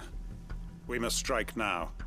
Before we part, I want you to know that, though I may not always have been your most vocal ally, I trust you, as I trusted your predecessor. Thank you. I appreciate the sentiment, and I understand more than anyone how you feel. But is revenge really the answer? It is the one I found, and it is all that I have lived for since that day. But what of Lostwing? Everything you've built. I built Lostwing to achieve this aim. Once it is done, the village will have served its purpose. My comrades and I are sure of our cause, and we shall fight to the last, come what may. But there are those among us who cannot fight. Children, the elderly, bearers afflicted by the curse. I would place Lostwing in their hands, if I thought it would do them any good. But a village home only to the frail and the infirm is not likely to stay a safe haven for long. And so, Clive, I find myself turning to you once more. Will you take them to your hideaway, that they might live even should Lostwing die? I will. Thank you. I will not have it said that I did not see to the well-being of those who rallied to my cause. The people I speak of have withdrawn to Gotan's Bales, away from danger in case the Black Shields strike. Understood. I'll make sure they get to the hideaway safely. Then the last of my preparations are complete. Fare you well, Clive. And may Griga guide us. All of us.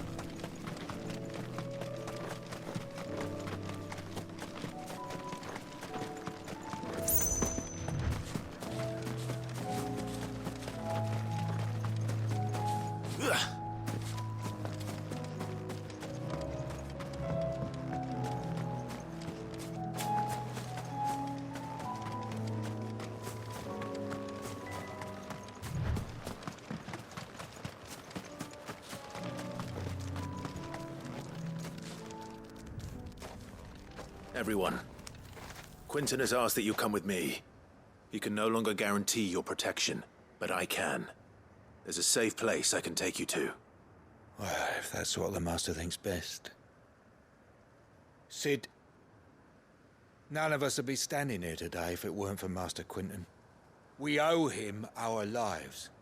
So we ain't about to start telling him what he should do with his. If he's saying we ain't safe in Lostwing no more, it's 'cause he ain't coming back. And if that's what has to happen, then so be it. I only hope he can see this through to the end. That we get to see justice done. I hope so too. Oi! You lot! Where's everyone else? They ain't already left, have they? They've gone with Master Quinton. Fuck! Fuck! Fuck! What's wrong? I've just come from the Justice's manor. We have to get Quinton to call off the attack. It ain't just the Black Shields protecting the place. He's got a guard dog and all. A fucking monster. They don't stand a chance against that thing. If I don't get the message to them, they're all gonna fucking die. No. We can't let this happen. Sid! Don't worry about us. You've got to catch up with him. We can't let Quinton die before that bastard does. All right. I'll do what I can. Where is this manor? It's way over to the east, through the woods. Heavenhall, he calls it. Promise us, Sid. Promise us you'll do what you can.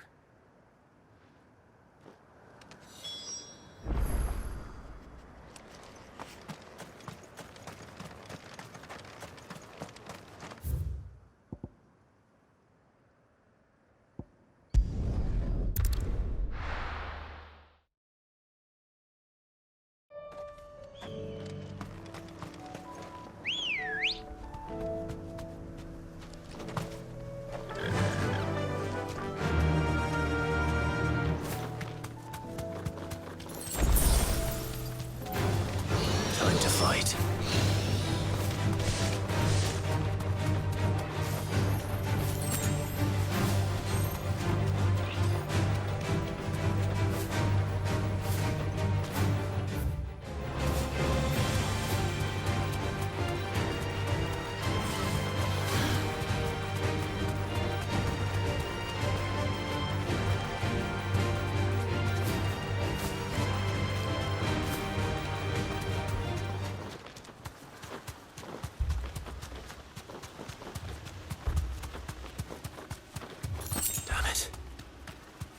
Don't tell me I'm too late.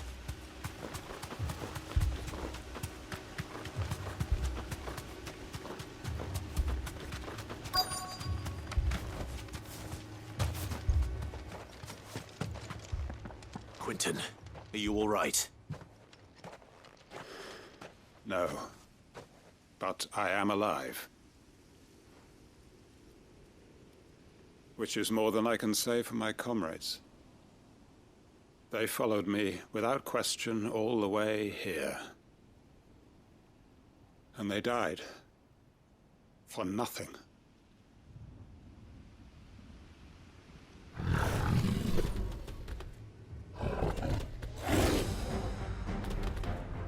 This must be the guard dog. Quentin. I'll hold it off. You go. But... Your comrades didn't die for nothing. They died for you. Don't let their sacrifice be in vain. I won't. Come on, then. You're no guard dog. You're just a rabid beast that needs to be put down.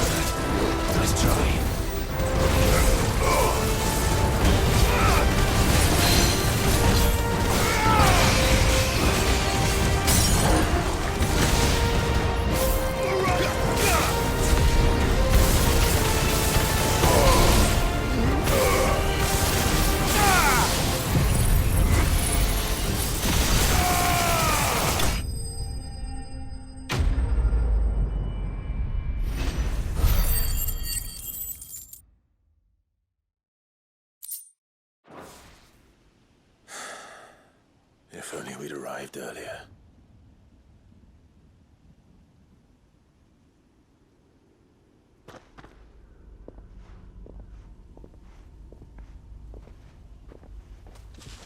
Is it over? It is. He wept and begged for mercy.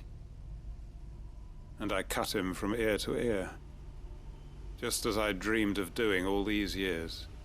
All my plans, building a haven in Lostwing, freeing bearers from their chains and recruiting them to my cause.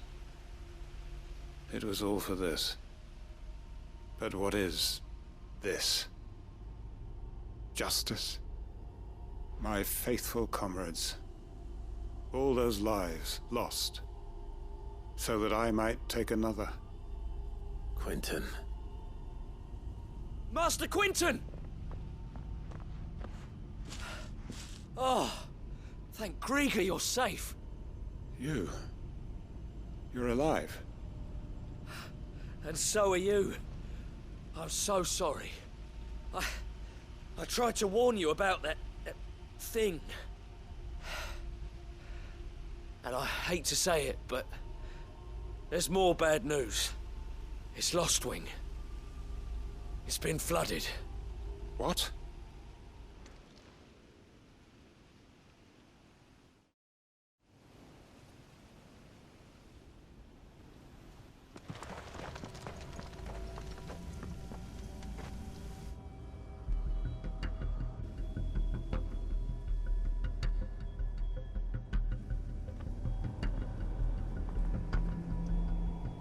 Lostwing.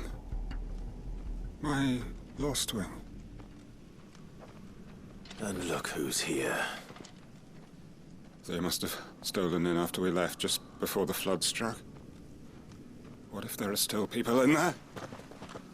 Don't be a fool!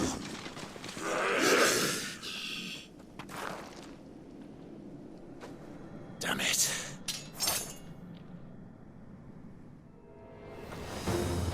Quentin's not going to last long in there. Come on, Torgal. We need to make this quick.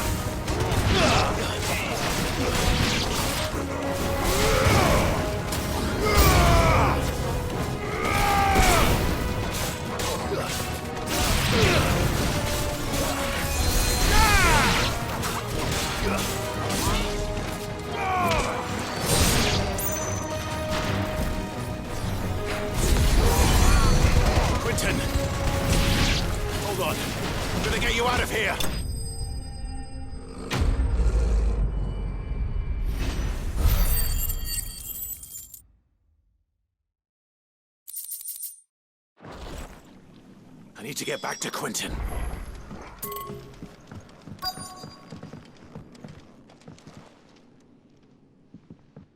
Quentin! Quentin! Look at me! Thank the Founder. He hasn't turned. I'm going to get you out of here.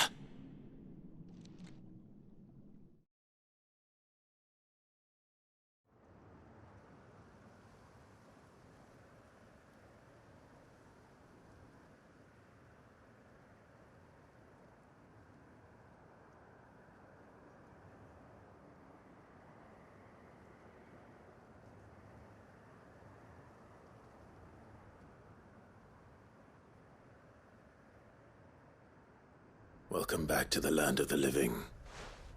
Is Lostwing? The flood has filled the valley. I see. Then all is at an end. A strange way to achieve one's life's ambition. No, Master Quentin. Save your strength. Why?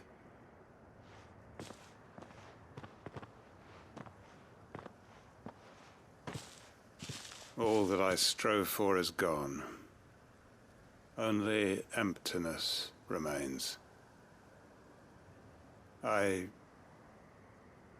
have nothing left to live for. What the heck are you on about? You've got us, ain't you? Don't try telling me you only freed us so you could get revenge. We're more than that to you, and we all know it. I thought you weren't coming back, but I prayed, and you did. There's got to be a reason for that. Can't we just go back to how it was? You know, you looking after us all. Your work ain't over yet, Master Quentin. We believed that you were the right man to lead us, and we still do.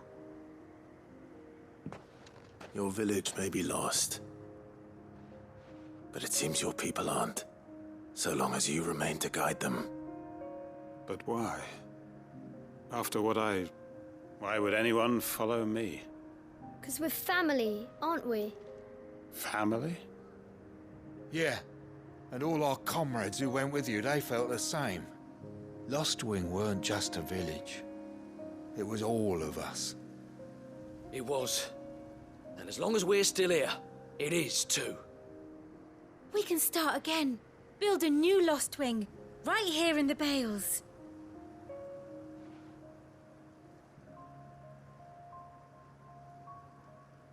A fresh start. One life ends, and another begins. Why just a village? We could build towns. A nation, even. What's to stop us? That's the Master Quentin we know. Please. I am nobody's master. Quentin will suffice. After all, we are family.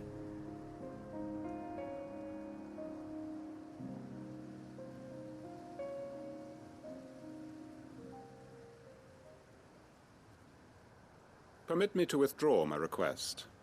I will no longer be needing your help in looking after my people. I'll pretend you never asked.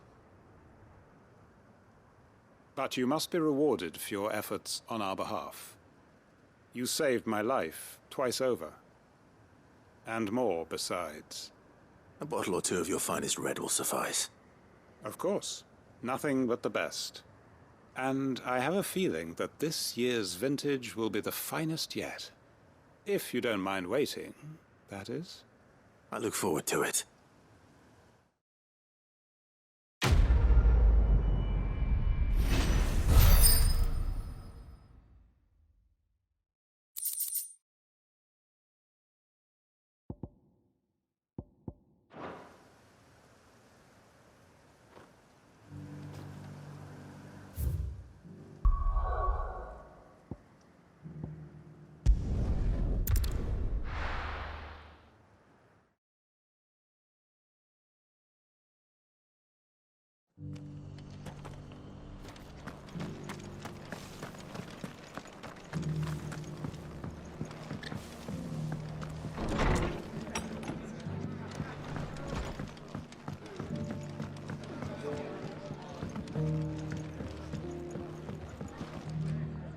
I see you're still here.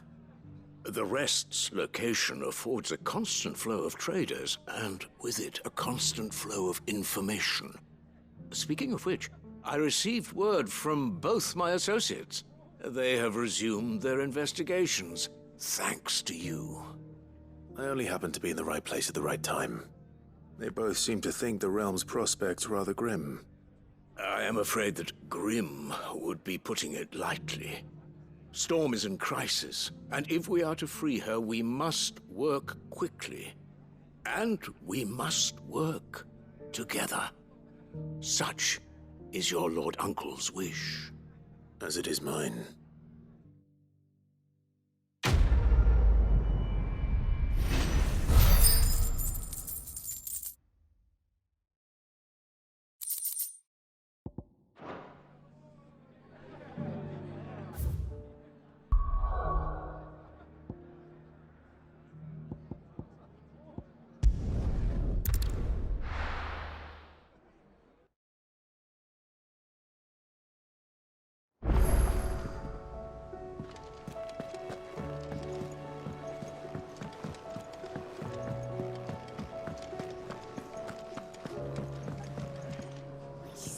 So, did you have that word with Tomes then? I did, and he was as helpful as ever. He told me exactly where to look, in fact.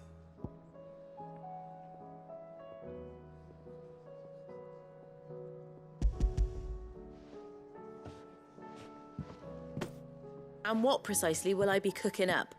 Or is it better not to know? Blueback wyvern liver. And, a herb known as Saint's Bonnet. Ah, wyvern. Now then, you stay right where you are. I've got some cooking to do. Let's hope these grand old chefs of yore knew what they were on about.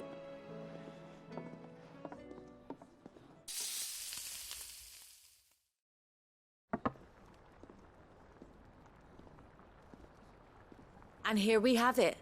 Fried mortress of skyworm. Ivan's offered to make sure it's fit for consumption. Well, I say offered. He as good as begged. And rightly so. Is there any higher honour than partaking in a slice of culinary history?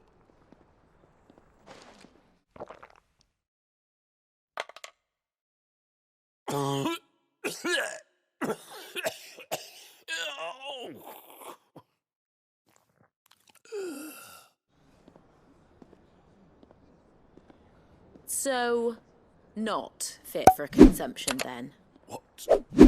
What butchery is this? The crackle of the crust gives way to an almost violent richness.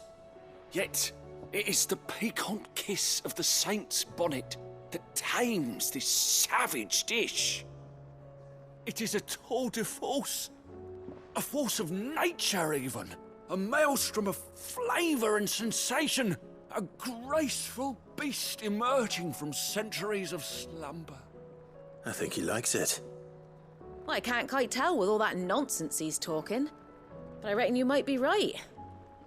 It was decent then, I take it. Decent? It's remarkable. And I defy any man to say a word to the contrary. Sid, might I suggest that you command a party of your finest men and women to procure a dozen blueback wyverns forthwith? I'll give it some thought.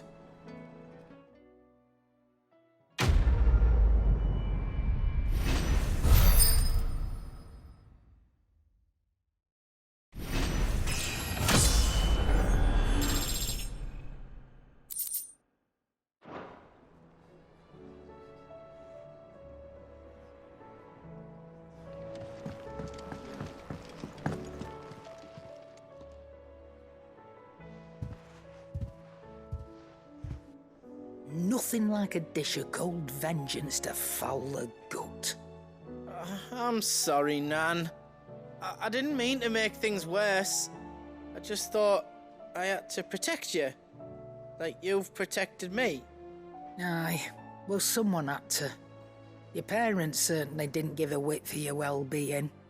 Reckon the both of us would be worse off if I'd not taken you on. You've always been me right eye, Goots. And I'd have you stay that way. So don't you dare go looking for trouble again. Well, I will. If you ever need help, I'll do it again and again, and you can't stop me. Why, you big lump. Fine. Play the hero if it makes you happy.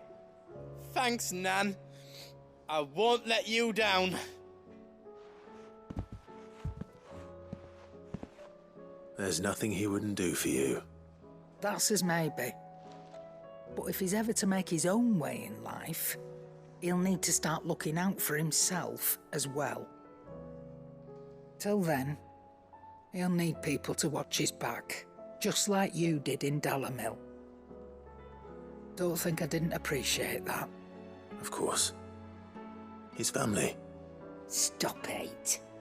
You make me one good eye, mister. I don't go thinking that'll do you any favours. A potion today'll cost you the same as it did yesterday.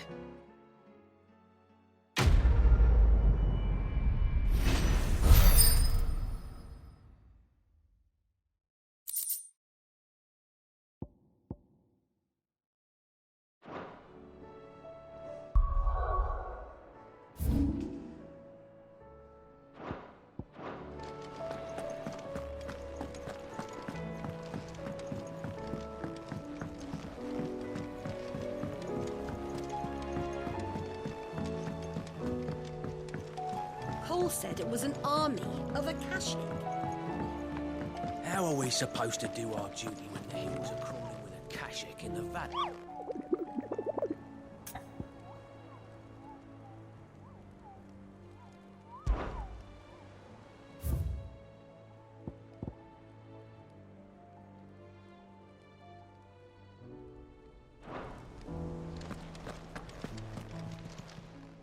How may I help you today, Clive? Come to claim your just desserts? Here you are.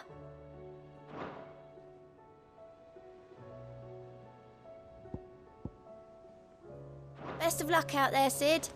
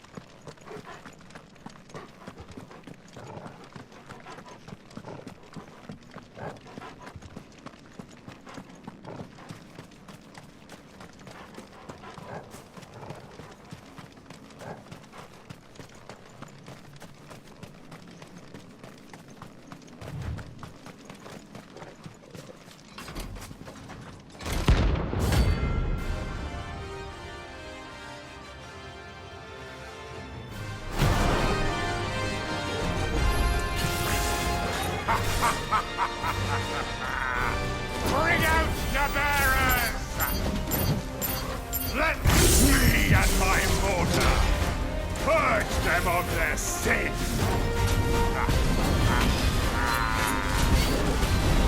Regret doing my mother's bidding.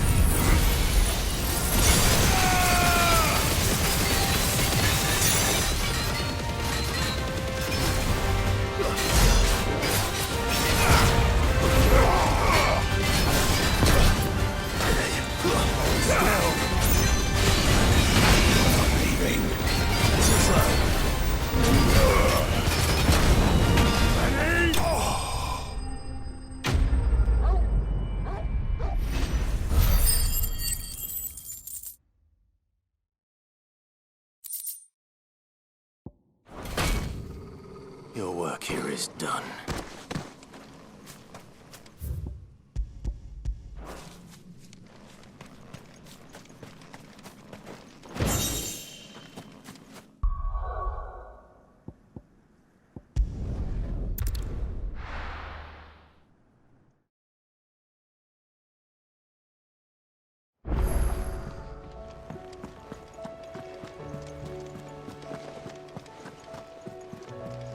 Said it was an army of Akashi.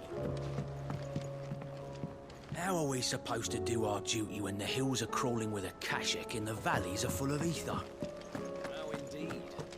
My men and I lost an entire day avoiding a flood.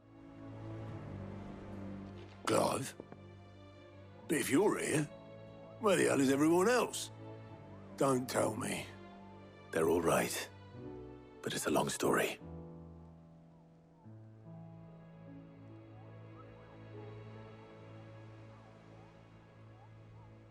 You lot don't do things by halves, do you? Well, at least everyone's still breathing. Now, as for these writings, I'm sorry to say, Clive, but if you had those, you'd be... Sitting under a pile of rubble, I know. But we were able to save a few bits and pieces from the ruins, most of which ended up being used to build this place. The more personal items we gave to the next of kin. In the case of Sid's things, that would have been mid. Then I'll check the workshop.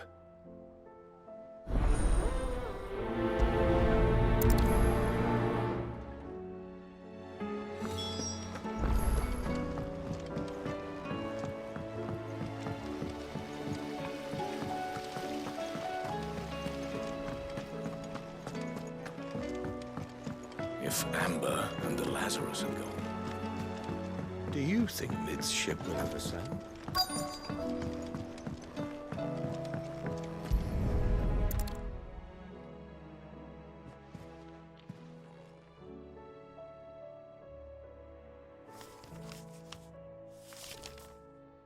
This looks like it's from Sid's old diary. But you'll already have read it. I'd better keep looking.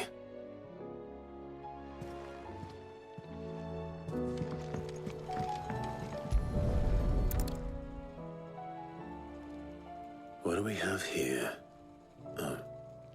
Sid's pipes. Something tells me Mid won't be needing these.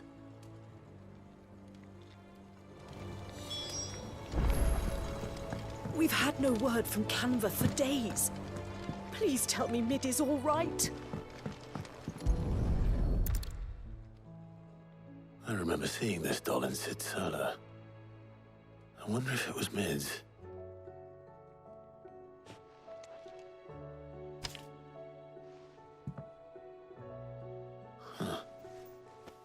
What's this tucked inside it?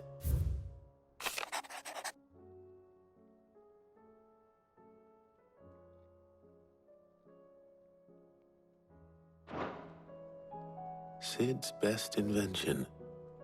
Huh. That sounds promising. So Sid hid something in Mid's first opus. What would that be? Perhaps Otto might know.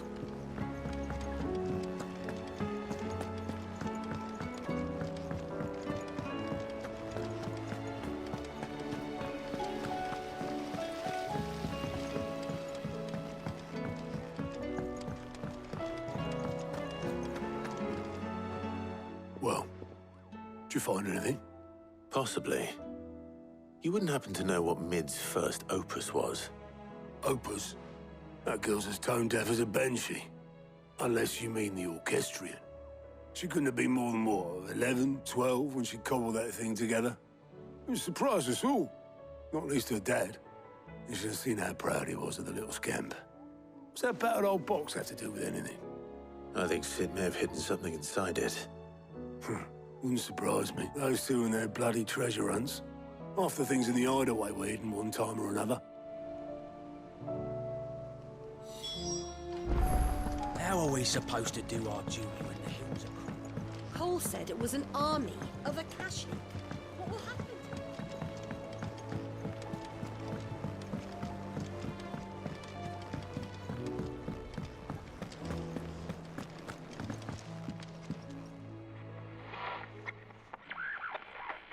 I didn't break it. Well, I didn't break it. What didn't you break? Nothing. We didn't break nothing. We definitely didn't break the orchestrion. What's wrong with it? It's broken. Except when it isn't.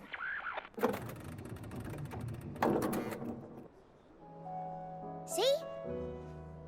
And you had nothing to do with this? Nope, nothing. We just wanted to listen to all the songs at once. So we pressed all the buttons. Like this.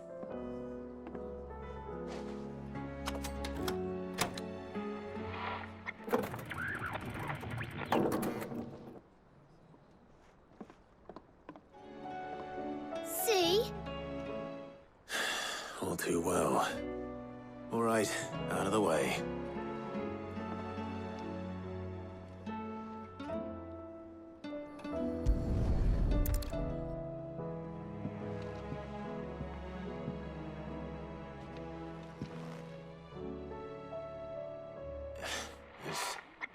Something caught on one of the gears. Did you break it? Can you fix it? No, I mean, yeah, yes. There. How about now? You fixed it! Sid fixed it! He more than fixed it! Yeah, new music! Huh. Never heard this one before. It started playing when I removed this. Whatever it is.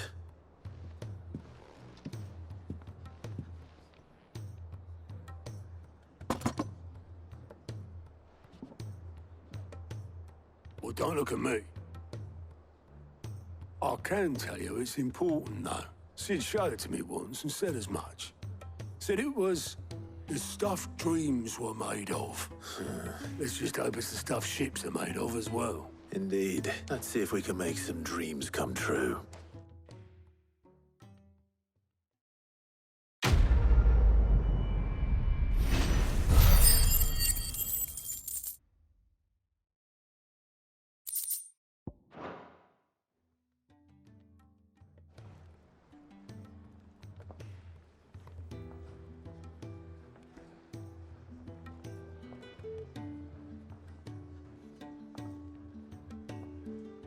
Just the two I was looking for.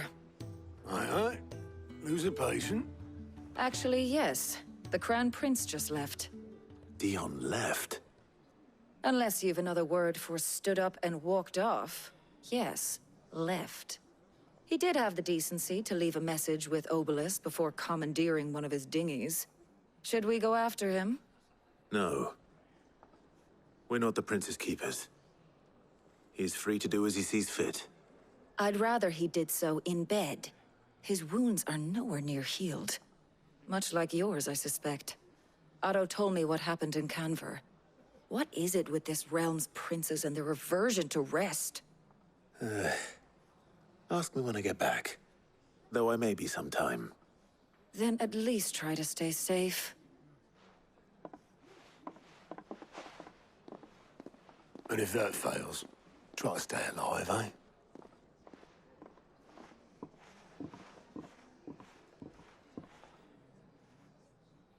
Every moment I waste here, the further the flagship sails. I have to get back.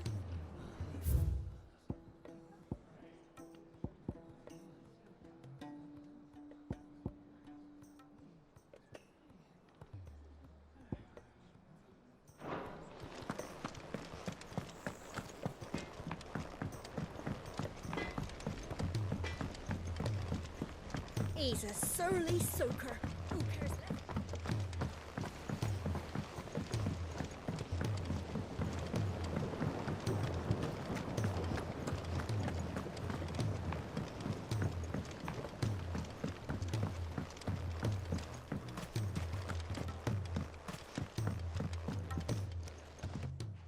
Sid, do you recall the flowers I had you bring back to the yard? Vaguely. Is something wrong? I'm afraid so. I was able to get most of the Morganbeards to take root, but they rarely flower.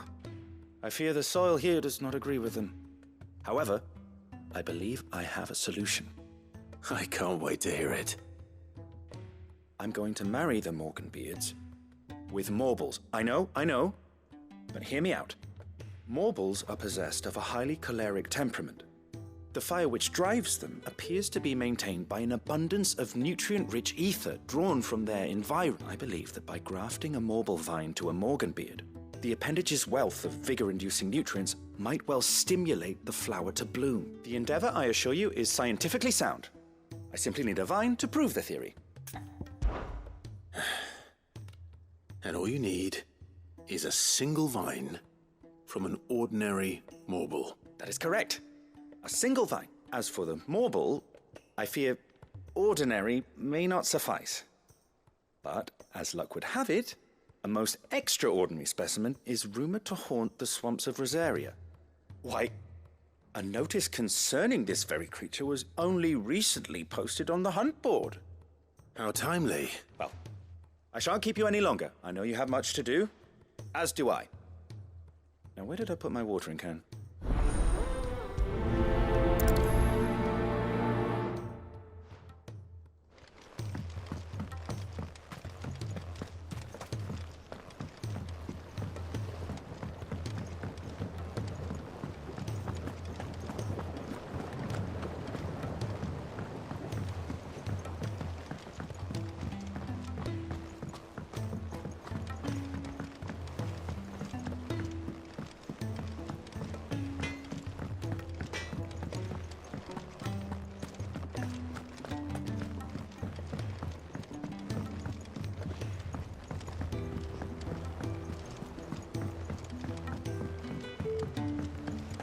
Cole said it was an army of Akashi.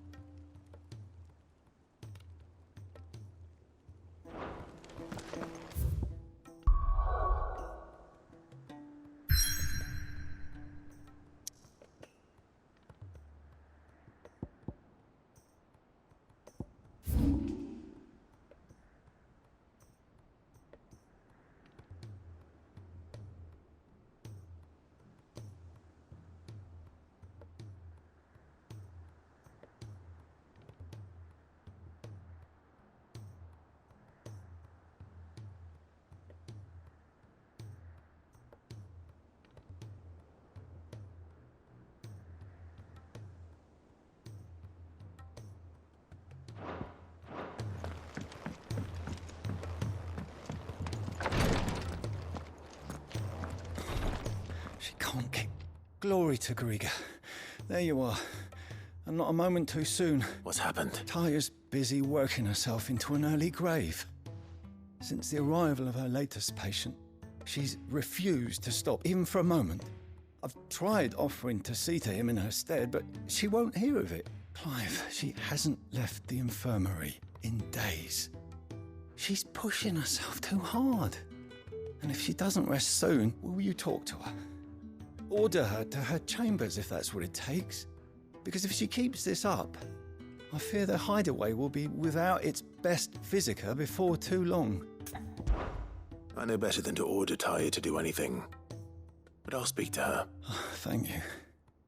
I pray you have better luck than I did.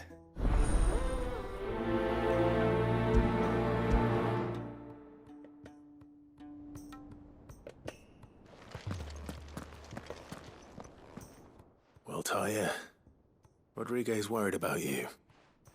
And if what he says is true, then so am I. We all admire your dedication, but you do need to rest. I will, when it's time. Until then, I'm staying put. We owe him that much. Who is he? Someone from my past. Someone who doesn't deserve to die alone. It won't be much longer. The crystal's curse has almost finished its work. If I had the tears, I could ease his passing.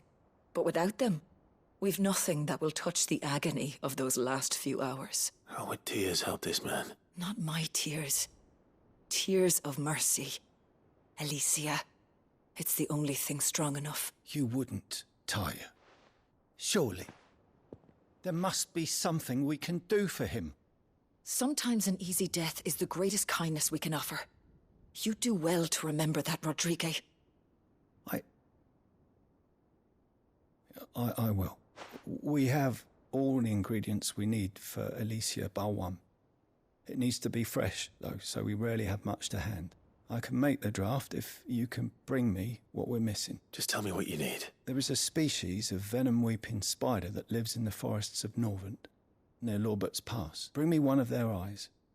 Preserve it as best you can, but avoid contact with the tears. I'll make sure the other ingredients are ready before you return. Thank you, Clive. I won't forget this.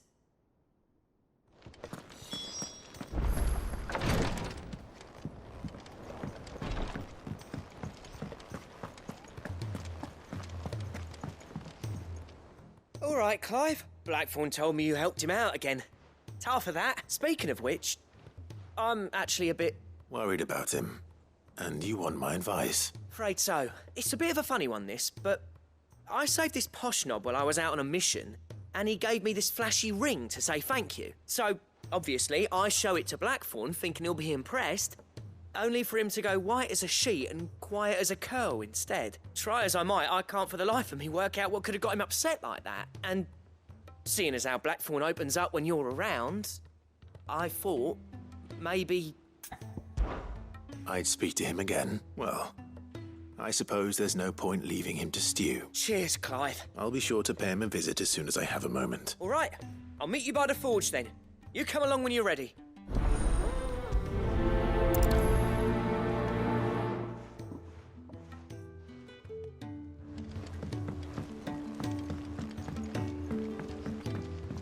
Cole said it was an army of Akashi.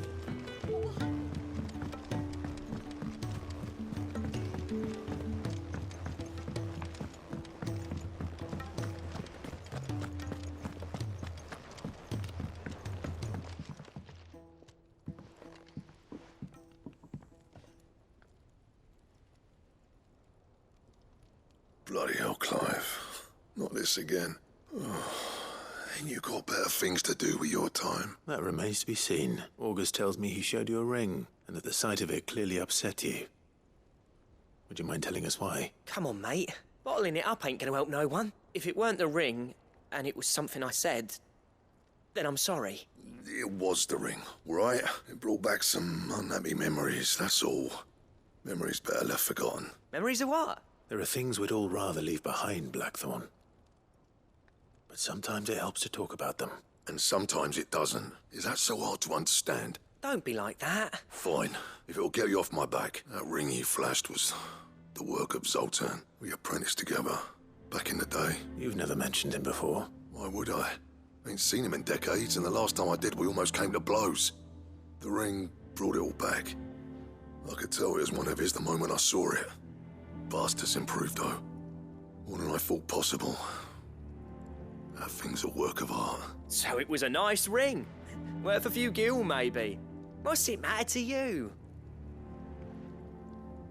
It matters because engraving metal's a nightmare, and I've got no bloody idea how he managed it. The fact is, I couldn't make anything even half that detailed. So what?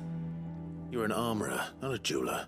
I'm the Hideaway's master craftsman. I'm not stealing a living at some backwater village forge. My armor keeps you lot safe, and my swords keep you dangerous. As far as I'm concerned, every swing of my hammer's another blow struck in the name of our cause. So I put my heart and soul into my work, because the curse breakers deserve better than second best, and I refuse to be shown up by the likes of Zoltan. Very well. Why don't we go and pay him a visit? Learn his secret. I doubt he'd be too happy to see me. Then just this once. Make peace with being second best. Swallow your pride, and focus all your energies on the task at hand, keeping the curse breakers armed and armored. Provided you can do that, you'll hear no complaints from me. But if you can't, and it's going to distract you, we need to do something about it. What'd you say, Blackthorn? You know he's right, and it's not like you'll be going alone. All right. Magic. So, where do you reckon old what's-his-name is then? Zoltan, was it? In Dravozd, my old village. He won't have left. He's the chief. Dravozd, eh? That rings a bell. Not far from Tabor, just north of the fields of Carava. Got that, Clive? Meet us at Dravozd as soon as you can, yeah? And I'll make sure Blackthorn don't get cold feet. Good luck with that. I'll see you there.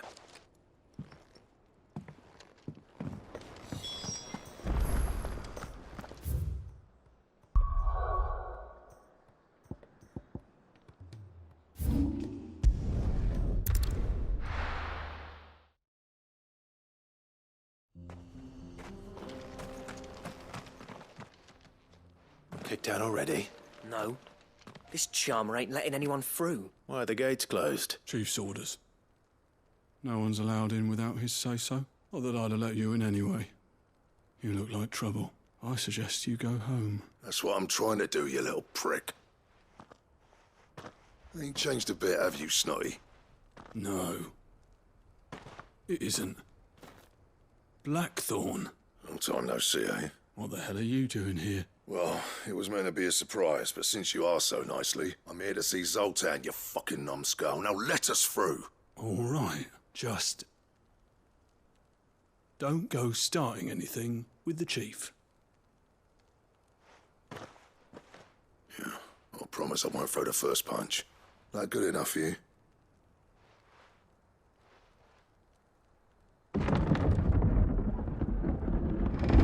Go on then. Much obliged.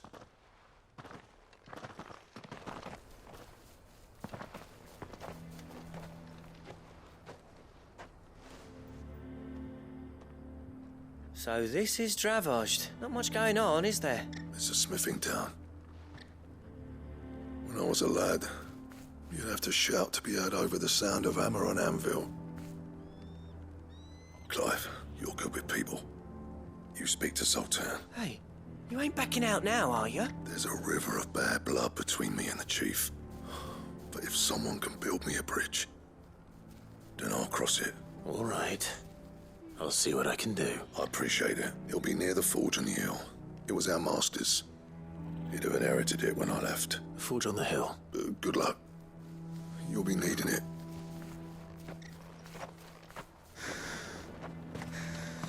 But if we can't fire the forges, how are we going to earn our keep? Mama, I haven't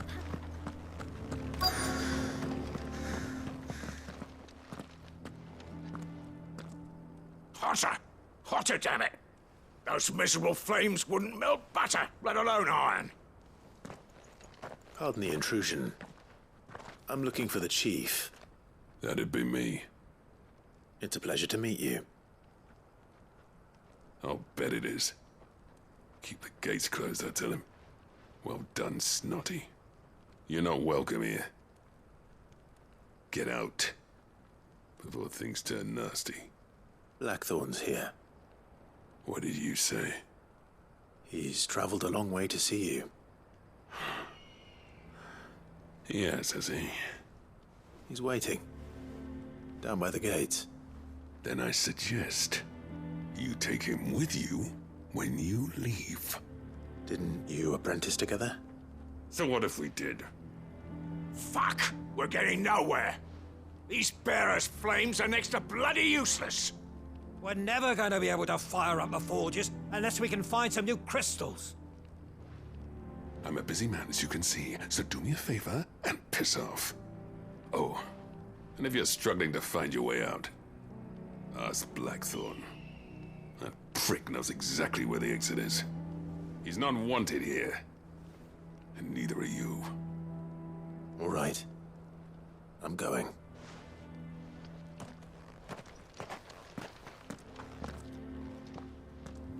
Please, Chief, you've got to do something.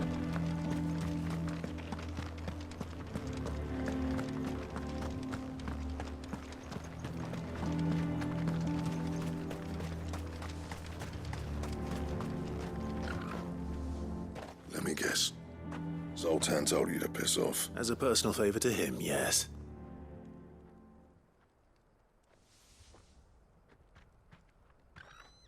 Well, at least he didn't beat about the bush. There'll be no talking him round. Not after what I did. Which is what exactly? If we're to help, we need to know what turned the village against you. I left. Dravozd. Zoltan. The burden of leadership our dying master dropped in our laps. All of it. There are two kinds of smiths in this world, you see. My kind, who are in it for the love of the craft, who labour on a single piece from dawn to dusk to get it just right. And the other kind, who are in it for different reasons. People like Zoltan, whose work is quick and cheap. The kind of smiths who shit out a few hundred blades, reap the profit, and divvy it out among themselves.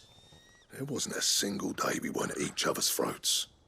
And bit by bit, people started taking sides. You would have torn Dravozd in half had it gone on.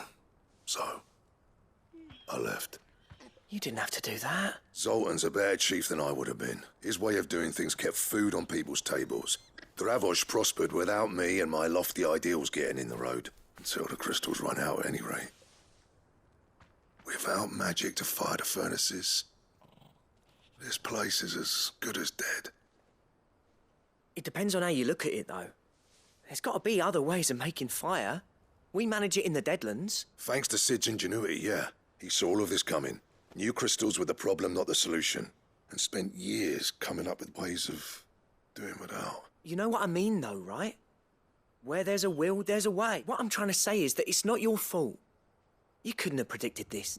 It doesn't matter whose fault it is. I don't want to be the greatest smith alive just because I happen to be the last.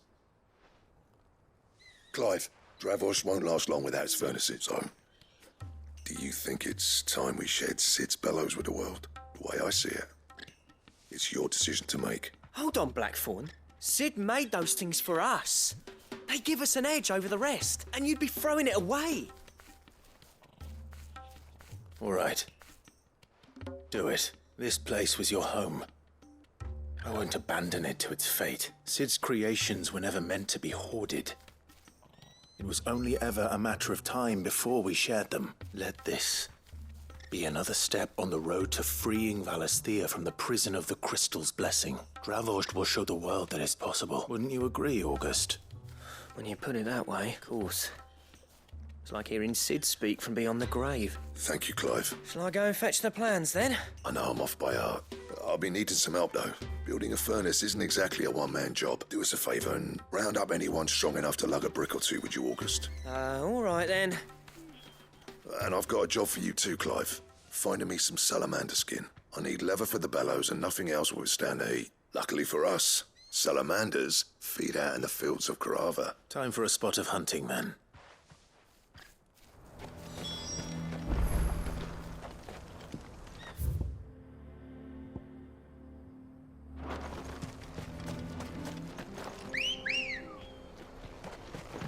Good girl.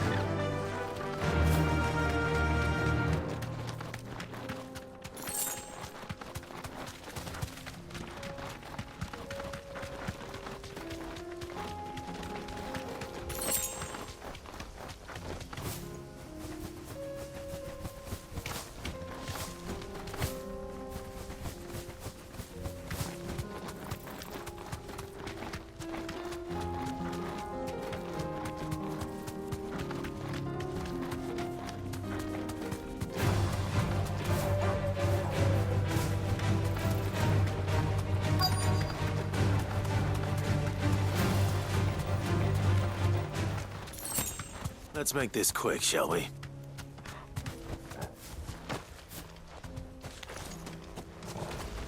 No mistakes.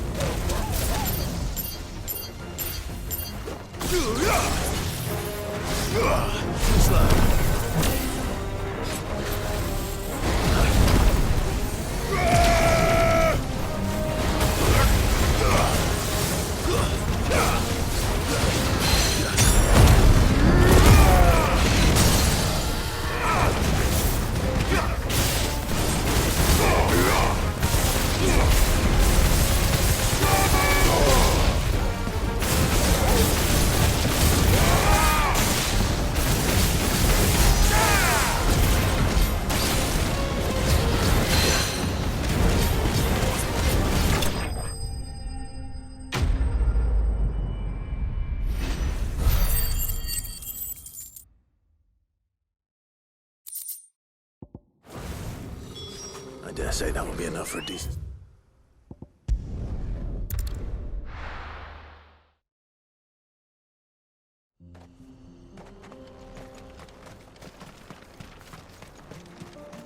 What's this all about then? Don't know. Any trouble finding the skin? Nothing I couldn't handle.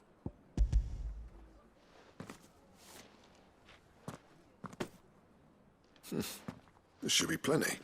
Right then, time to put these louds to work. If everyone pulls their weight, we'll be finished in no time.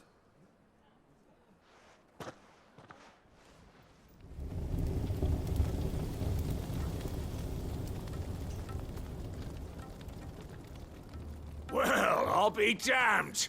I honestly didn't think it'd work. But it's hot enough, all right. And without a single crystal in sight. You know what this means, don't you? I do.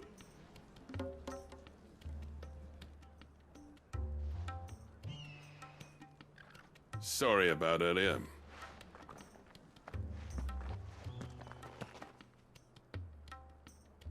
I take back everything I said. That thing you built us is an honest-to-God's marvel. You've saved our village. It's Blackthorn you should be thanking. He oversaw the construction.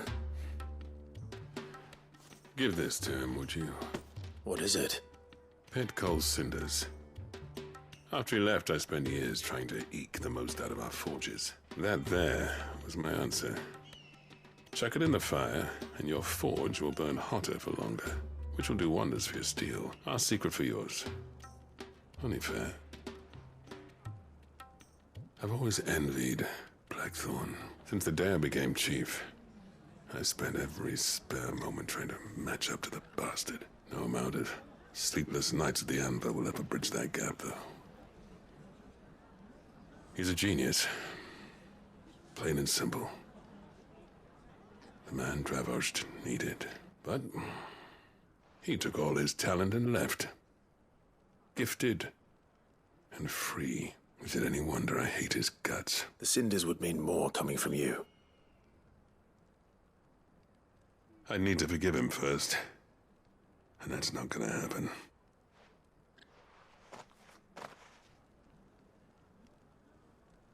Well, you know what they say. Oriflamme weren't built in a day and all that. These things take time. Especially when they involve two geezers who hold grudges tighter than their hammers. But what matters is, Blackthorn's got that twinkle back in his eye. And I'd call that a job well done. So would I. I reckon he's going to be at it a while yet, though, so why don't you head off without us? I'll see that the old git gets home safe and sound. See that you both do. I'll save the cinders till then. All right. It'll be a nice little surprise for him. These things are going to take some getting.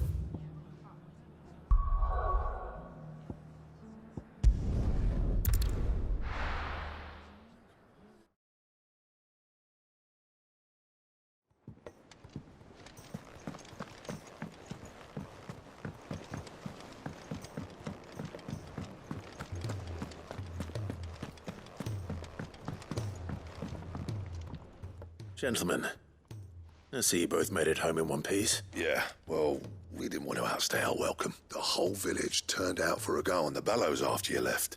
Everyone except Zoltan has. Didn't see hide nor hair of him. Oh, but that reminds me. I have something for you.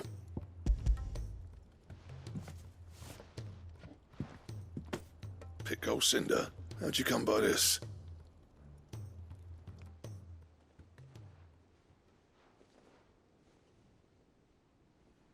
And you're sure he wanted me to have it? I'm sure. He didn't say so, but I think he wants to forgive you. Huh.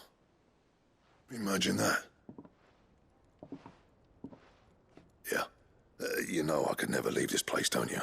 Every time you put on mail, you and the curse breakers are trusting me with your lives. There's no greater honor for a smith than that. I'm not about to go crawling back to Zoltan for forgiveness, but I will make good use of his Cinder. And if that helps save even a single life, then he'll have my gratitude. What was it you said he called me?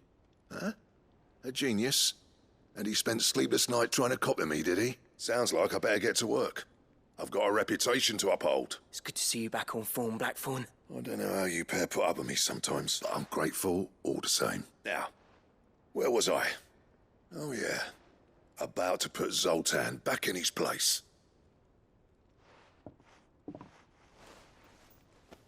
Ain't got the art to tell him how similar they are. Stubborn bastards. A little healthy competition should be good for him. You're not wrong. Still, it's a shame him and Zoltan couldn't let bygones be bygones. No use grumbling about it now, though. Blackthorn's happy. Or as near to happy as he gets. And that's good enough for me.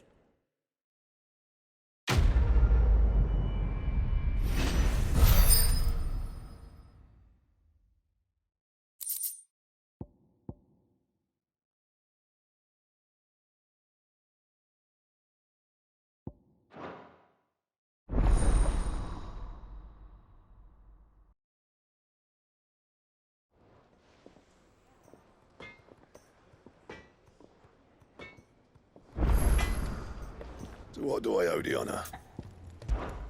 So, what'll it be?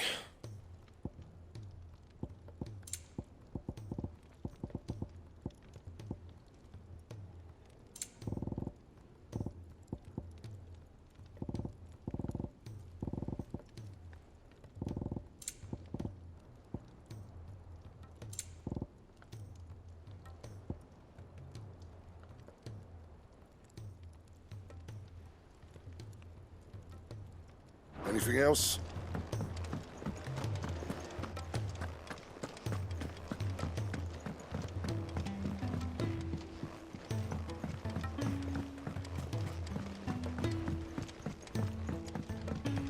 Cole said it was an army of Akashi.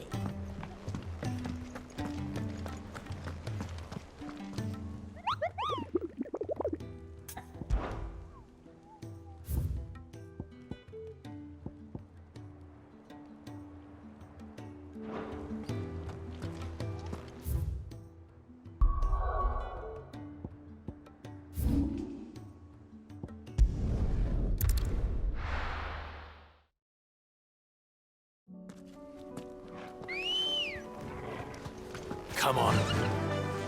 Faster!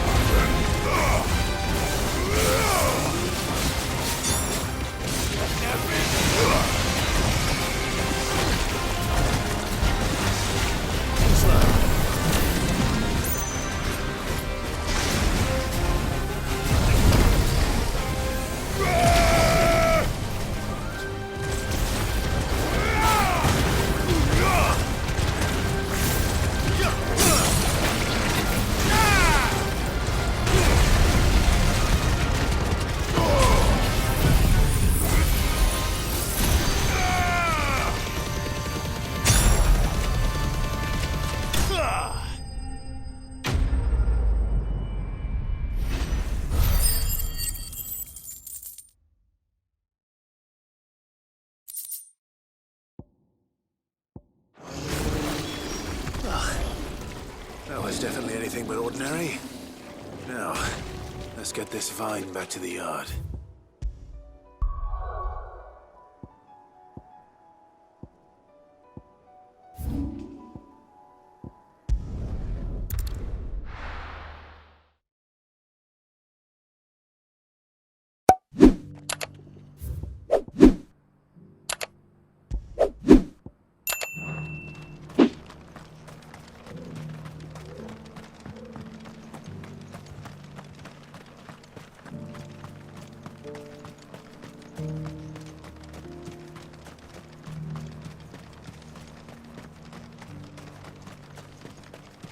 Ah, Lord Rossfield.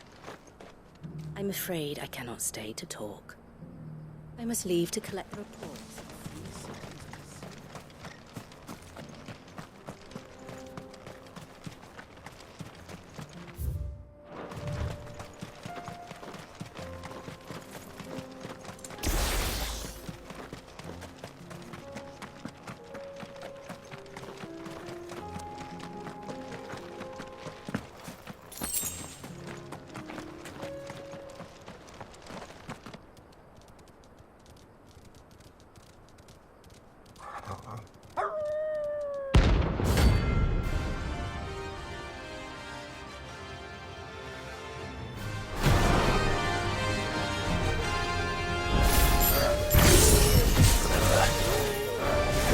I told.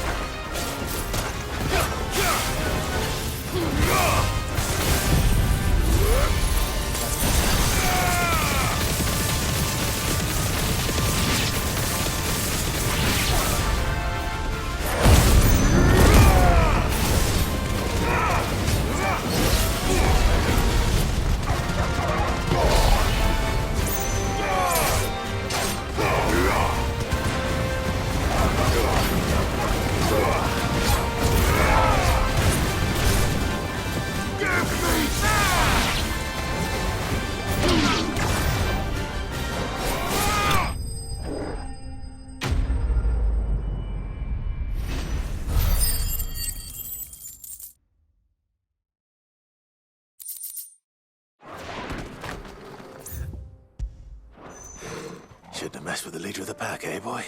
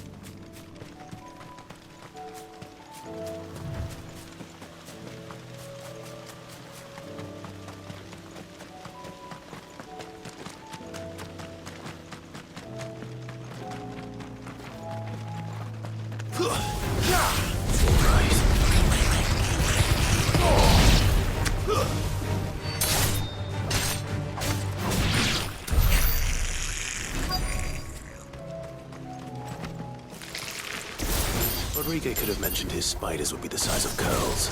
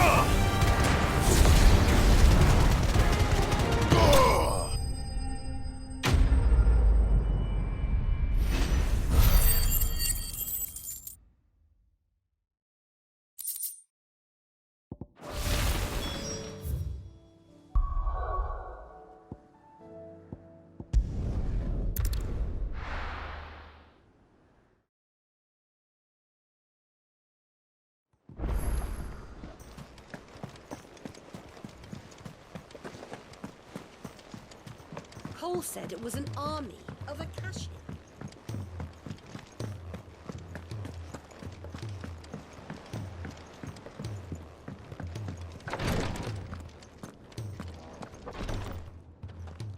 Thank goodness you're back. Taya looks like she's about to collapse. Is this what you needed?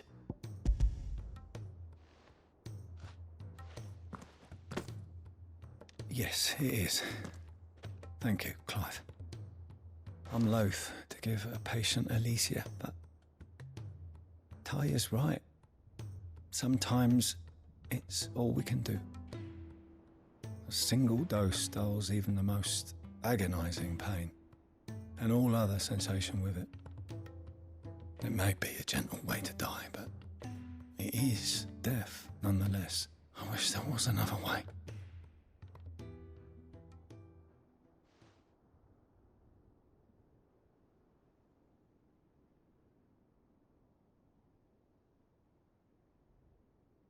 How are you feeling? Light, mid-here. Drifting on waves. Good. Just relax. Let the waves carry you to a better place. Thank you, Taya. I'm so proud of you.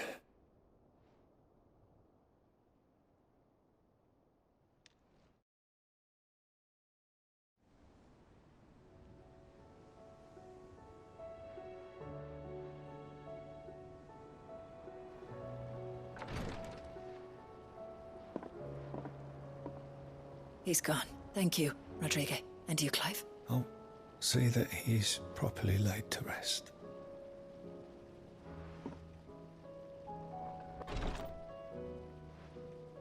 The man you helped today was my mentor back in the Southern Isles, on the front lines of some meaningless war. I was still a child when they shipped me to their triage tents to treat the wounded with my gift. But in such blighted lands, I was next to useless. Until he taught me the true physicker's art. An art we would be lost without. Tears of mercy were his gift to the bearers of the world. A respite from the agony of the curse's end. And a kindness Sid would have approved of. You know as well as I what life is like for a bearer soldier. Marched from one battle to the next, never knowing which might be your last. A commander may care nothing for the bearer spent in his service. But my mentor's gift gave the dying one fleeting moment of tranquility before the end. I've no tears left, Clive. I've seen too many of my friends taken. Something needs to change, and we need to be the ones to change it. And we will. I promise. I hope so.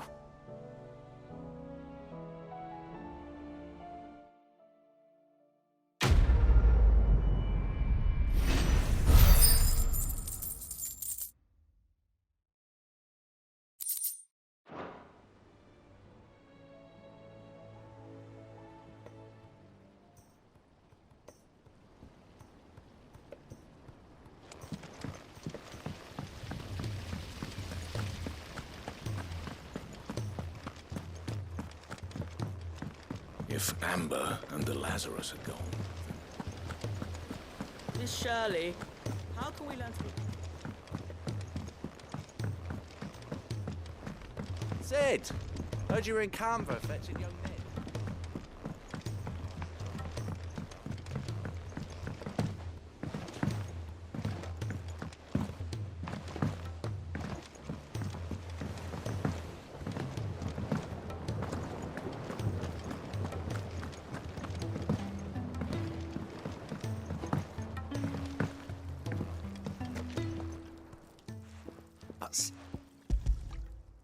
Here. It's your problem now. What an amazing specimen. The flesh positively throbs with vitality. If I can successfully graft this to the Morganbeards... When I successfully graft this to the Morganbeards, I suspect the results will be immediate. I shall begin at once.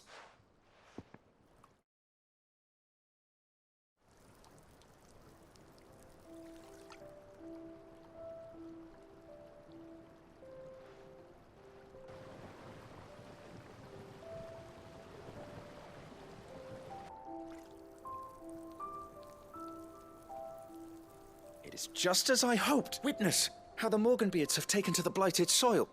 How they bloom with heretofore unseen vigor. Why, I dare say such a vine graft would yield similar results when applied to other specimens as well. I'm glad I could be of assistance. You've not only helped us, Sid.